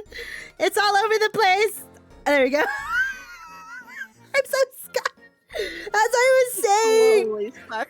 everyone, when they see me, they think I speak Spanish, and I'm like, no, and they look so disappointed. And like, I think like everyone in my department, well, now that the white lady left. She moved to payroll. I'm gonna miss her. Like literally everyone is Hispanic, and everyone is like so like Hispanic, like into their culture. And here I am. I'm just like, man. Oh, I feel that though, because I was very much raised, Midwest. like I don't want to dox myself. We can talk about this off stream. Yeah. Anyway, but like I'm not gonna dox myself right now. But like where I was raised was very like small town Midwest. And it's like, so like where my cousins and stuff grew up in very Latino heavy areas. So it's like they grew up learning the language and they grew up with the culture and stuff. And so I come across basic white bitch. Like I am a basic white girl in comparison. And so it's like, I really want to learn Spanish. That's why I don't have an honors diploma, is because I refused to take Spanish 3 in high school because I would legitimately skip school because of anxiety attacks. Oh no. Because they had expected me to be good at it because they knew like they knew I was half Colombian. And it's like, no, I can't speak it. Why do you think I'm in this class? Oh. Like, my dad speaks Spanish, and my grandma, she doesn't speak good English, but I grew up with my Filipino side, so I just, but now that I'm older, oh, thank you. Oh, I don't even know what my keys are. Ah, thank you for all the love, Pony. Thank you. Oh no. Why? I keep on getting my proposal ring out. But, shit. But, yeah, sometimes I feel like I learned, and I did this like oh my god, stop giving Ume so much. I keep on forgetting what key it is. Never add salt to our rice here. If the seasonings the rice don't come in as strong, then we just suffer. Like I said, it feels like it's a very mixed bag with when you ask, but I have noticed a lot of people of more Asian descent, but like typically people with some sort of Hispanic descent seems to add it. It just started as me and a friend were bickering one day, and so we took it to Discord to see what other people said. But, LOL. But like recently my sister brought this up. We did Ancestry, right? And you know, like the Mexico and the Philippines were basically colonized by the Spanish. Yeah. In a way, do you consider Spain white? I kind of do, because it's Europe. Do you? Yeah, I feel like, yeah, Spain, like, Spaniards are not the same as, like, anyone from Latino. South America. Yeah, or- okay. Yeah, Okay, like, that's... they're not the same as, like, they're not Latino in the same way. Got it. So that's my reasoning, right? And then like my sister and I, we were like thinking to ourselves, we're like, shit, do we have any white friends? And we're like, fuck, I don't, like we don't. But they were like, and then we checked our like ancestry, and like we're only like 25 to 28% Mexican, like 44 to 40 something percent Filipino, and then like 30, more than like 35%, I don't know, you can do the math, is like white. So we're like, that's a big portion. That's like more than a quarter of white. So I'm like, shit, are we the white friend? Am I the white friend? Well, But it's all colonizer blood. yeah. It's all colonizer blood. It makes so much sense. That's, when I tell that to people at work, no one laughed. I'm like, why aren't you laughing? Is that funny? See, it makes sense to another girl who hasn't been raised. Like I wasn't raised. My dad speaks Spanish. My tia speaks it. You know, all his brothers speak it and stuff. My cousins all speak it because they were raised in very Latino heavy areas, because they were raised in Jersey and New York. So like they were raised around the culture. I was raised in a small town in the Midwest, where we literally only had like one person of color in my graduating class. Hello, Kujis. Do we have any white friends? We're the white friends. But yeah, I feel like where I grew up is very Asian heavy. I think I only have one Hispanic friend. Aye. Well, now I have more. Mwah. Mwah, mwah, mwah. But yeah, I would because you know, like being mixed sometimes I feel like there's some places I don't belong. But like this weekend, I hung out with my big like Filipino group of friends, and last week too, we've been hanging out a lot recently. Last week we went to like some Filipino American cultural block party thing, and you know, for the first time in a while, I kind of felt empowered being a brown woman. So I'm just all like, That's really cool. Yeah, it's not too late to like learn and stuff, because you know, it's even though, you know, I didn't like, I mean, I grew up like more Filipino than anything, but like they're not like your typical Filipinos. But I feel like it's not too late to get into your culture if you feel like you're missing out. But yeah, it's definitely something as I've gotten older. It's like, how do I? Because I'm what we call Mexican vanilla. On the outside, I'm Hispanic, but I'm Wonder Bread white on the inside. Yeah, see, I look like a white girl is my thing. Both my brothers can tan, and my one, the youngest, looks exactly like our father. Oh no! But like, I turn lobster red, and then I don't even go a shade darker typically. If I'm out in the sun, like I look white girl. You're white. You get the privilege. I think my dad and my sister can be white passing, and I asked my friends, "Do you think I could be white passing?" But they look at me, they're like, "No." I got all the melanin. I got all the melanin. It's like, it's always made me kind of feel like I stick out, because it's like I got some curls, but that's about it. Hey, you know the curls. That's the best part. At least like people will always, even though like your hair is like a bitch to take care of, people will always compliment it. Do you get that? Right. Do you get that? Yeah. Or like, are the people who come up? It was really bad when I was younger, but people come up. Can I touch your hair? It's like, why do you want to touch my hair? That is so weird. I've never gotten that. Thank God. Once again, I grew up very small town Midwest, so there weren't people with curls like I had. Like, where it was just kind of like, I had ringlets typically if my hair was short enough, and then it had a really nice wave as it gets longer. Like that's the level of curl that my hair tends to have. It's frizzy as a motherfucker. But Oh my god, Hey, if you need some products, let me know. please, Like I oh could my tell God, you my please. routine. Like I will just say hair masks are important. I wear it overnight and rinse my hair in the morning. Girl, give me the. I'll send you. You can just buy it on Amazon too. So I'll send you what I use. That is something I've struggled with legitimately. So please. Curly hair problems. Someone can relate. Someone can relate, but like, yeah, but it sucks when your hair is like curly and thick. Yes. It's like, it's terrible. That's why I only comb my hair in the shower. I never ever comb it dry. Yeah, like, oh, thick hair is such a pain in it. When people who have thin hair are like, yeah, my hair's so hard to take care of. It's like, girl. Oh, honey. I feel like you could do more things with straight hair, like cute, like weaving things, you know, like make a rose out of your hair. But like for me, like I feel like I can just leave it down, keep it curly, maybe half up, half down, but just leave it natural. Like you can't even do like the really cute, like there are some super cute like half up styles and stuff.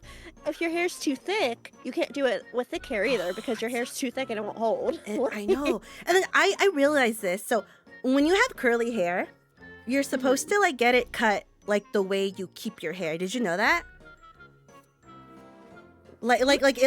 Since I usually part my hair to like the part starts on the right and most of my hair goes to the left. So if you want your curls to stand out more, it's best like to get it cut in that like in that shape, like that. I don't know how to describe it. I have never heard that. Yeah, because it lets your curls come out. Because like if you layer it, like sometimes your curls might not bring out like the most curls. Like I layer it a little bit, of course, but but because of that, like my curls do come out a lot more. However, like when I tie my hair up, like half up, half down, or in a ponytail, I've always wondered for a quick sec why my ponytails were always lopsided, and that's why. Huh. Yeah, I have never heard that before. But yeah, I think it's called like the product. Like if they use the product, they could call like Diva Cut. But I go to people who specialize in curly hair because like I'm like too lazy to do anything with my hair, so might as well try my best to let the curls stand out. Like curl as best they can, you know? Yeah. I get that. Like when it's curly and when it's thick, you have limited options. You've got to pick your poison at that point. Yeah, and I don't straighten my hair anymore because it takes too long. Like if I did it by myself, it would take me like 2+ hours. So I was like, fuck that. Yeah. And then it's still like it still looks kind of like you could like burnt and like so you could still see the thickness and all the frizz. That's why I don't straighten my hair anymore. I've tried it a few times. I've technically got a straightener somewhere collecting dust. I don't have the patience. I've never had the patience for that, honestly. Oh man, yeah, I know. I don't think as I gotten older, I'm like I just accept it. I accept my fate. I accept me for who I am. Right. But yes. Yes, let's exchange tips later. Please. Yeah, oh my god, that's crazy. We're on our last fic. We went completely off topic. I know, sorry guys. I'm having a good time. Yeah, you know, that's the point. It's a very fun stream. We learned a little bit more about each other, and I guess Chat did too. But Chat, if you have curly hair, feel free to ask us for tips. Curly thick hair specifically. Curly thin hair, I don't think I can help. I could give you a little tips, but it's half similar. Let me change the picture. Goodbye, Zhongli and Child. So the last fanfic is written by this lovely lady over here, Salix. I love her so much for writing this fic.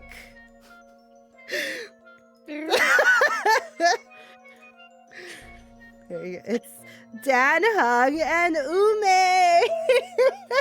If you don't know, Dan Hung and I are engaged. You can watch. I think the VOD may still be up. I was like me rolling That's for one you dinner. should save. Yeah, oh, I definitely saved it. Don't worry. Like I've been trying to like find time to do clips for that. I've just been too lazy. Sometimes I feel like hiring someone to do clips, but I'm just like, do I wanna? Honestly, that's fair. See, that's one thing I want to get better at is clips. I've messed with DaVinci Resolve some, and editing's actually, I think it's fun once you start messing with it, but... But yeah, like, Anyways. if anyone, yeah, I watched the VOD. It was fun. Basically, I proposed to Dan Hung, and it, I was rolling for him, and let's see how much money it took for him to convince him to say yes to me. Well, that was the whole scenario of that stream. And you know this picture right here? It was actually done by I'm gonna share their Twitter because I love this artist. They're known for their Zhongli and child fan art. They have this AU like where they have like a child, have a children's together. Yeah.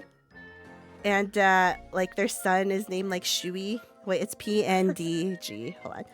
PNDG. And yeah, like I've been following them for years, and when I saw they opened up stuff on VGen, I was like, hell yeah. And this, can you believe, like, I believe this was only like 20-25 bucks. It's ridiculous. Here's their Twitter, and I think like your character here's are so cute. I think I might commission them more.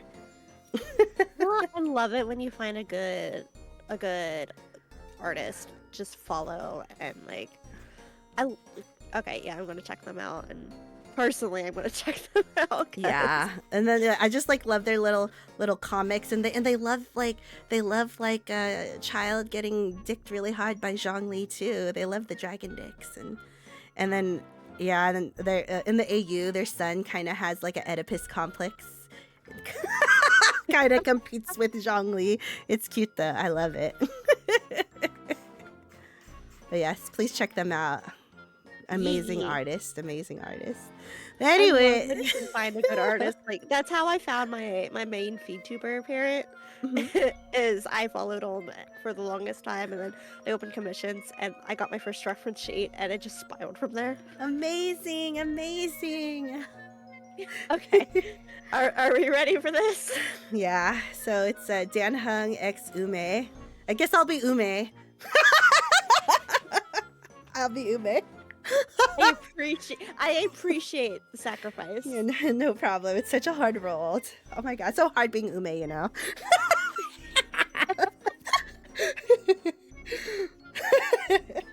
Okay, ready? Let's go. Today's the day! Oh, I'm so excited! It's finally here! In a lovely greenhouse full of beautiful flowers, a beautiful young unicorn flitted around in her human form, tending to her plants before her busy day started.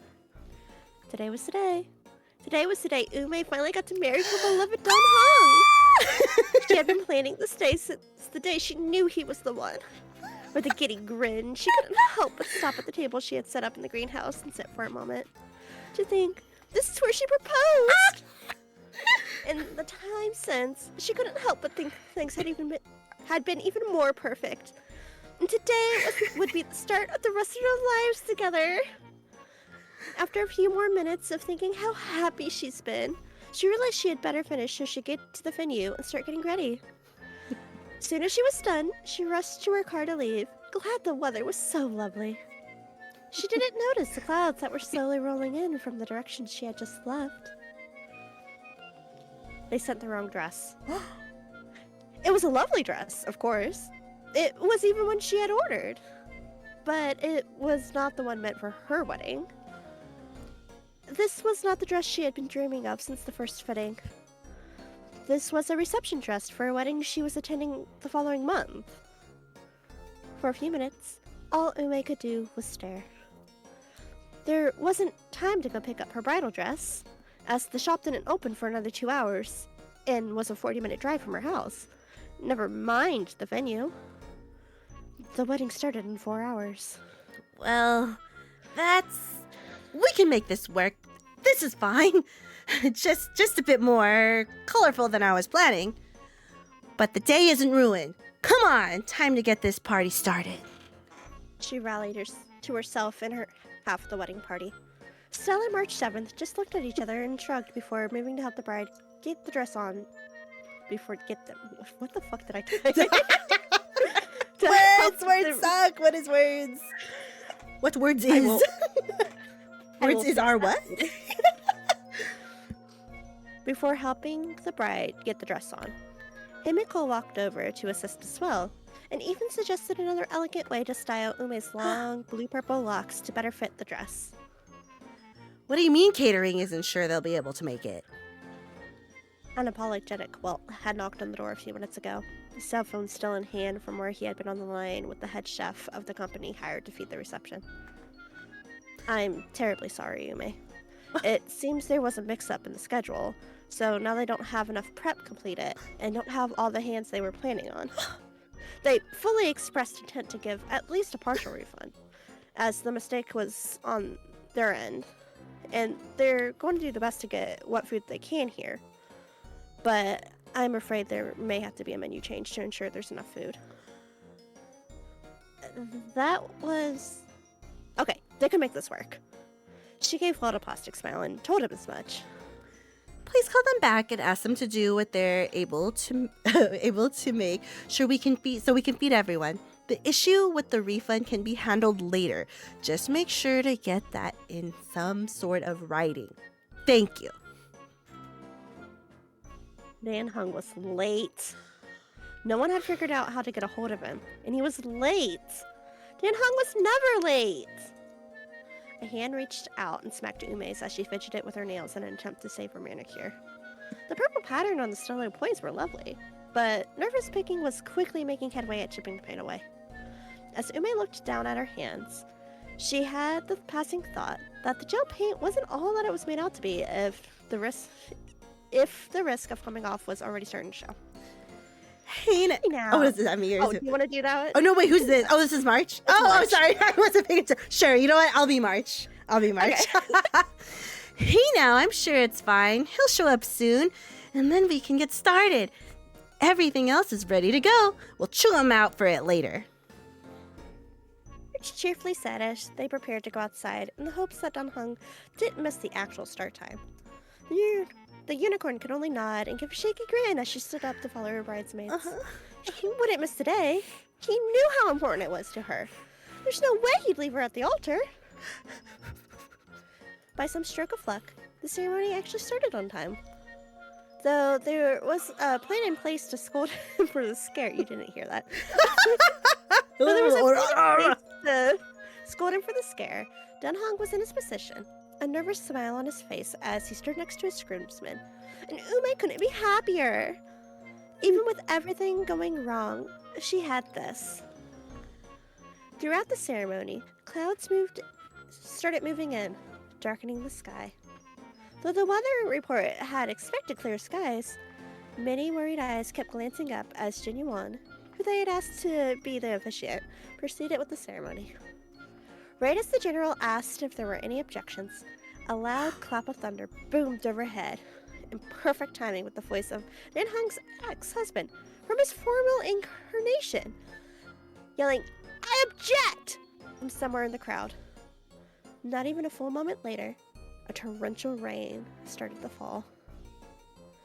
The bride and groom just stared at each other, green and purple eyes meeting, as in an instant everyone was soaked through. As Dan Hung opened his mouth, Ume heard a voice calling her name. With the next boom of thunder, the world went black. Ume, you have to wake up now. You know I wouldn't disturb your nap normally, but it's getting late, the power just went out, and I need your help with the generator in order to finish dinner. As Ume slowly came to, she realized she was lying on her bed. The room was dimmed, curtains blocking the limited light coming from outside.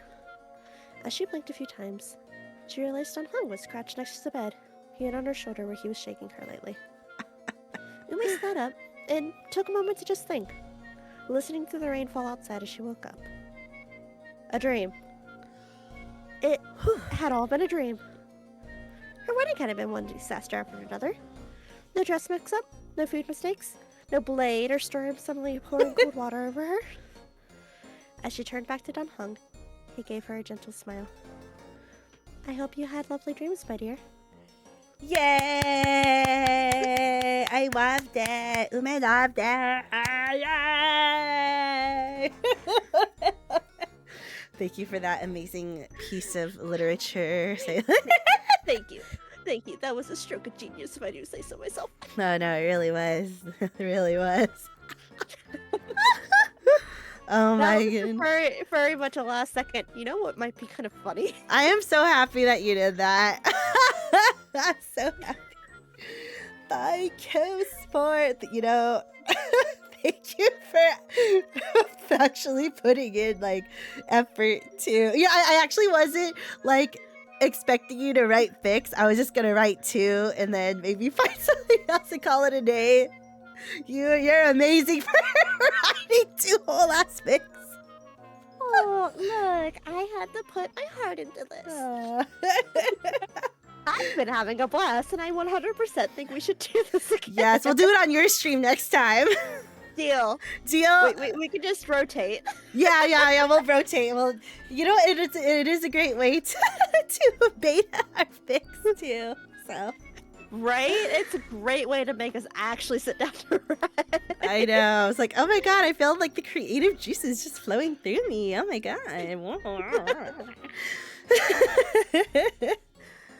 But oh my god, when I was like, I still love Token Rambu. You know what Token Rambu is, right? The name is super familiar. I am blanking on what it is. It's like a personified sword boys.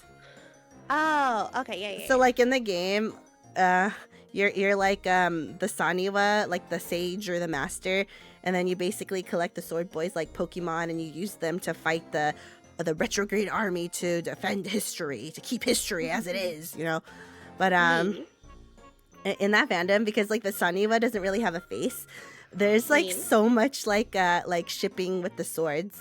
So I remember I remember I made like my own Saniwa OC. I'm like, who will be her husband? And you know what's funny? This wasn't even that long. Well, it sounds like a long time ago for some people, but for me, as you get older, time is smaller. Okay, time is shorter. But I think maybe like maybe like 4 or 5 years ago, I made her. My cringe times, my OC. What, but, like I said, we've just gone full circle. We're right back to this is acceptable. You only live once. Why not fucking have fun? True that. You know, technically, as our VTubers are OCs. I mean, it is like mostly me, to be honest. But yeah. I mean, with the lore and shit, that's kind of OCs. Nothing wrong with dating swords. You right.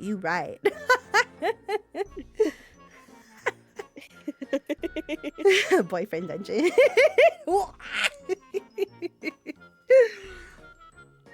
Yes.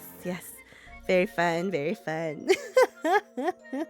I've been having such a blast. And, like, it was really nice to actually sit down and like focus on writing again, because I hadn't done that in so long. So it was just like, it really did kind of just spark something. I didn't even realize I could even write that much. Girl, you surpassed me. Like, you fucking blew past my numbers. I went to bed like 4 a.m. last night. And then, like I said, this morning, I didn't finish it until like 3:30 p.m. Like what? One was almost 2.6K, and the other one was 2.7K. Like, exactly. You blew past my numbers. I was like, but maybe because I have too much to say. I need to learn how to. I think that's my problem. I need to learn how to simplify things.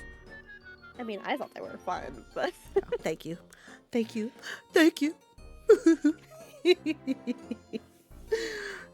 So, what kind of fics should we do next time, or should it just be general? What do you guys want to see? What does chat want to see? I don't have any suggestions. I was disappointed we're not going there, Kadris, though. Do not be painting me like this in front of somebody else's chat. That's no. Oh, well, you like feet? No, I don't judge. Look at me. I like eggnant, so you know me and eggs. I like hands. The feet thing was somebody else. They pinned it on me, and now they won't drop it. Y'all are so silly. Should we do? No, I was like, should we do kinks again? But then again, like these 2 fics I wrote were basically like breeding kinks. I mean, we could do ABO. ABO. People don't judge, but Ume kind of digs ABO, especially with like dragons. See, ABO, I don't mind, but I have to be in a very, very specific mindset. Or I need it to be nothing, like not the sexy stuff. I need just like the more secondary gender stuff. Like make it like how they live, how they get through life, being born as a look at you, so fancy. Look at me with the breeding kink. Sometimes I'm in the mood for a breeding kink. I think for me, I just don't really do impreg in general. That one's not like, I'm not gonna yuck anyone's yum. You like it, let's go. I love it. For me, it's not my personal thing, which is where it's like ABO. It's like, you want to do the knots? We can do knots. I don't want the pregnancy, please. we can do mating bites. We can do all the fun stuff. Okay, but yeah, don't worry. Like for me, like I got a little sussy, but I tried my best to like use non-sussy words. Yeah. So, but let me know how your channel is, and I will tone it back a lot. Just depending on when we wanted to do it. Do we want to try again within the next couple of months? Because we could do like winter holidays. Ooh, yes, winter wonderland. Yeah. Okay. Yeah, that'll be fun. Yeah. I'm excited. Ume's gonna become a fanfic writer. So, about that AO3. I'll send it to you. We'll start getting some stuff filling yours out, huh? I think I'm gonna, I was a little insecure about my fics, but you made me feel a lot better about it. Thank you. I thought they were a lot of fun. Thank you. So I think I'm gonna reread them one more time and fix some stuff. Maybe we'll see how lazy I am. I've never written a sex scene. I've only drawn them. To be fair, on AO3, if you wanted to add art, it's an option. True. Hey, maybe Ume, I've always wanted to do like a dojin. Oh, we should collab on a dojin one day, Salix. Like a Haikave dojin. I was gonna say, give me a plot. I'm game. Oh my god, that should be like a late 2024 or early 2025 goal. You know what? I'm here for it. Let's go. Hell fucking yeah. Let me fly over to the yes. We can sign it for yes, Renee. Yeah, you'll get a hard copy. We'll get it signed. Yes, I'm so excited. It was so fun for Halloween. I'm glad for having me. Yeah, no problem. And thank you for agreeing for this collab. And it went better than I thought. I was like a little nervous, but I've had a lot of fun, and I definitely want to do something even if it's before the next fic episode. Do something like this again.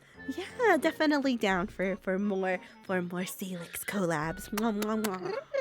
Your purse so cute. I can't get enough of it. Let's make that my text tone. that's the maybe it'll be my alarm in the morning, and then after that I'm like, Salix, shut the fuck up, stop that. It's just kidding. It's traumatizing because it's waking me up in the morning. Do you ever get like a PTSD? That's not real PTSD, but you know what I mean. Like when you hear an alarm, like someone uses your wake up alarm tone as their actual ringtone. I'm like, why? Stop. Okay, so I use an Android, so I can customize things. But I swear to God, every Apple user I've ever met uses the same ringtone and alarm tone and stuff. We could customize it too. It's just that we're lazy. Everyone I've ever met, it's the exact same, and it's like, do you guys actually do you ever just flinch if you hear that out in public? PTSD, man, PTSD. It's like, wait, is that my phone? Meanwhile, I have stuff like the Baymax you heard earlier. For my text, no, actually for my text tone, do you watch Yuri on Ice? Yes. It's the Makachin. Is it Makachin or is it Victor barking? It's like a woof, woof, woof, woof. That's my text tone. Ah, that's cute.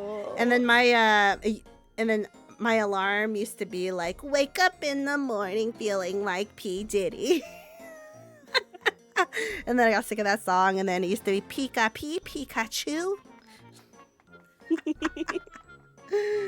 It's not lazy, it's conserving energy for the more important things. You're right. Like writing EGGERNANTT fics in ABO. So next up we need the ABO. Let's go. ABO, fuck yeah. No, the next theme is going to be winter themed. We can do ABO after that. Oh, okay. Oh, yeah. Sorry. ABO's the next one. ABO's the next one. Oh man, we're crazy, but it's fun. It's fun.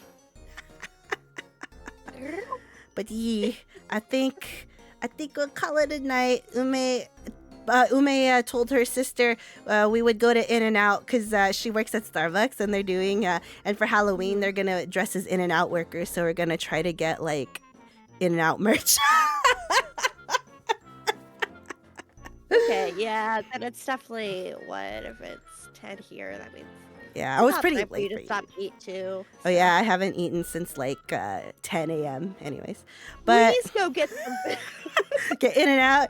But yeah, is there anyone that you wanted to raid or? Well, let me see. Do I have anyone up? I'm trying to see. I have a couple people. If you have someone, we can go. Yeah, someone who you want to raid, like one of your homies. Let's see.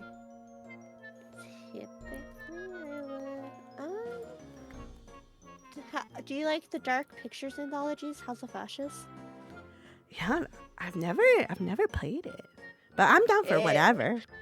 It's like, do you want to go to like a straight horror game? Because I've got a horror.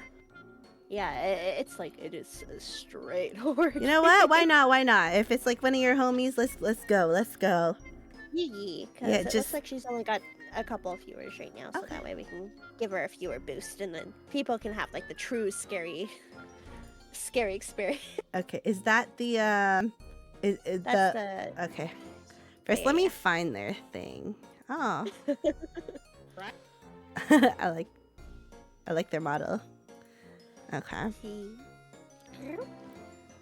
Yay, spooks! Spooks. Okay, hold on. Where's my OBS? Okay, so guys, thank you for hanging out with us. We really appreciate it. Thanks for not dying. But yeah, I hope y'all had fun. If you enjoyed the fix, stick around for next time. Yes, next time. But yeah, so first one is the raid message if you are not subbed, and if you are, please use the second one. We have 10 seconds to start. 10 seconds to start the raid. Yeah. But yeah, it was fun. So anyways, guys, we'll see ya later. Salix, when are you streaming next? Valid question. I know I've got a collab to try to finish up Kingdom Hearts on Friday. Before then, we're just gonna have to wait and see because I've got a couple of birthdays this week that I'm celebrating with the family. Got it. Sounds good. But yes, everyone, click on Salix's name and follow her.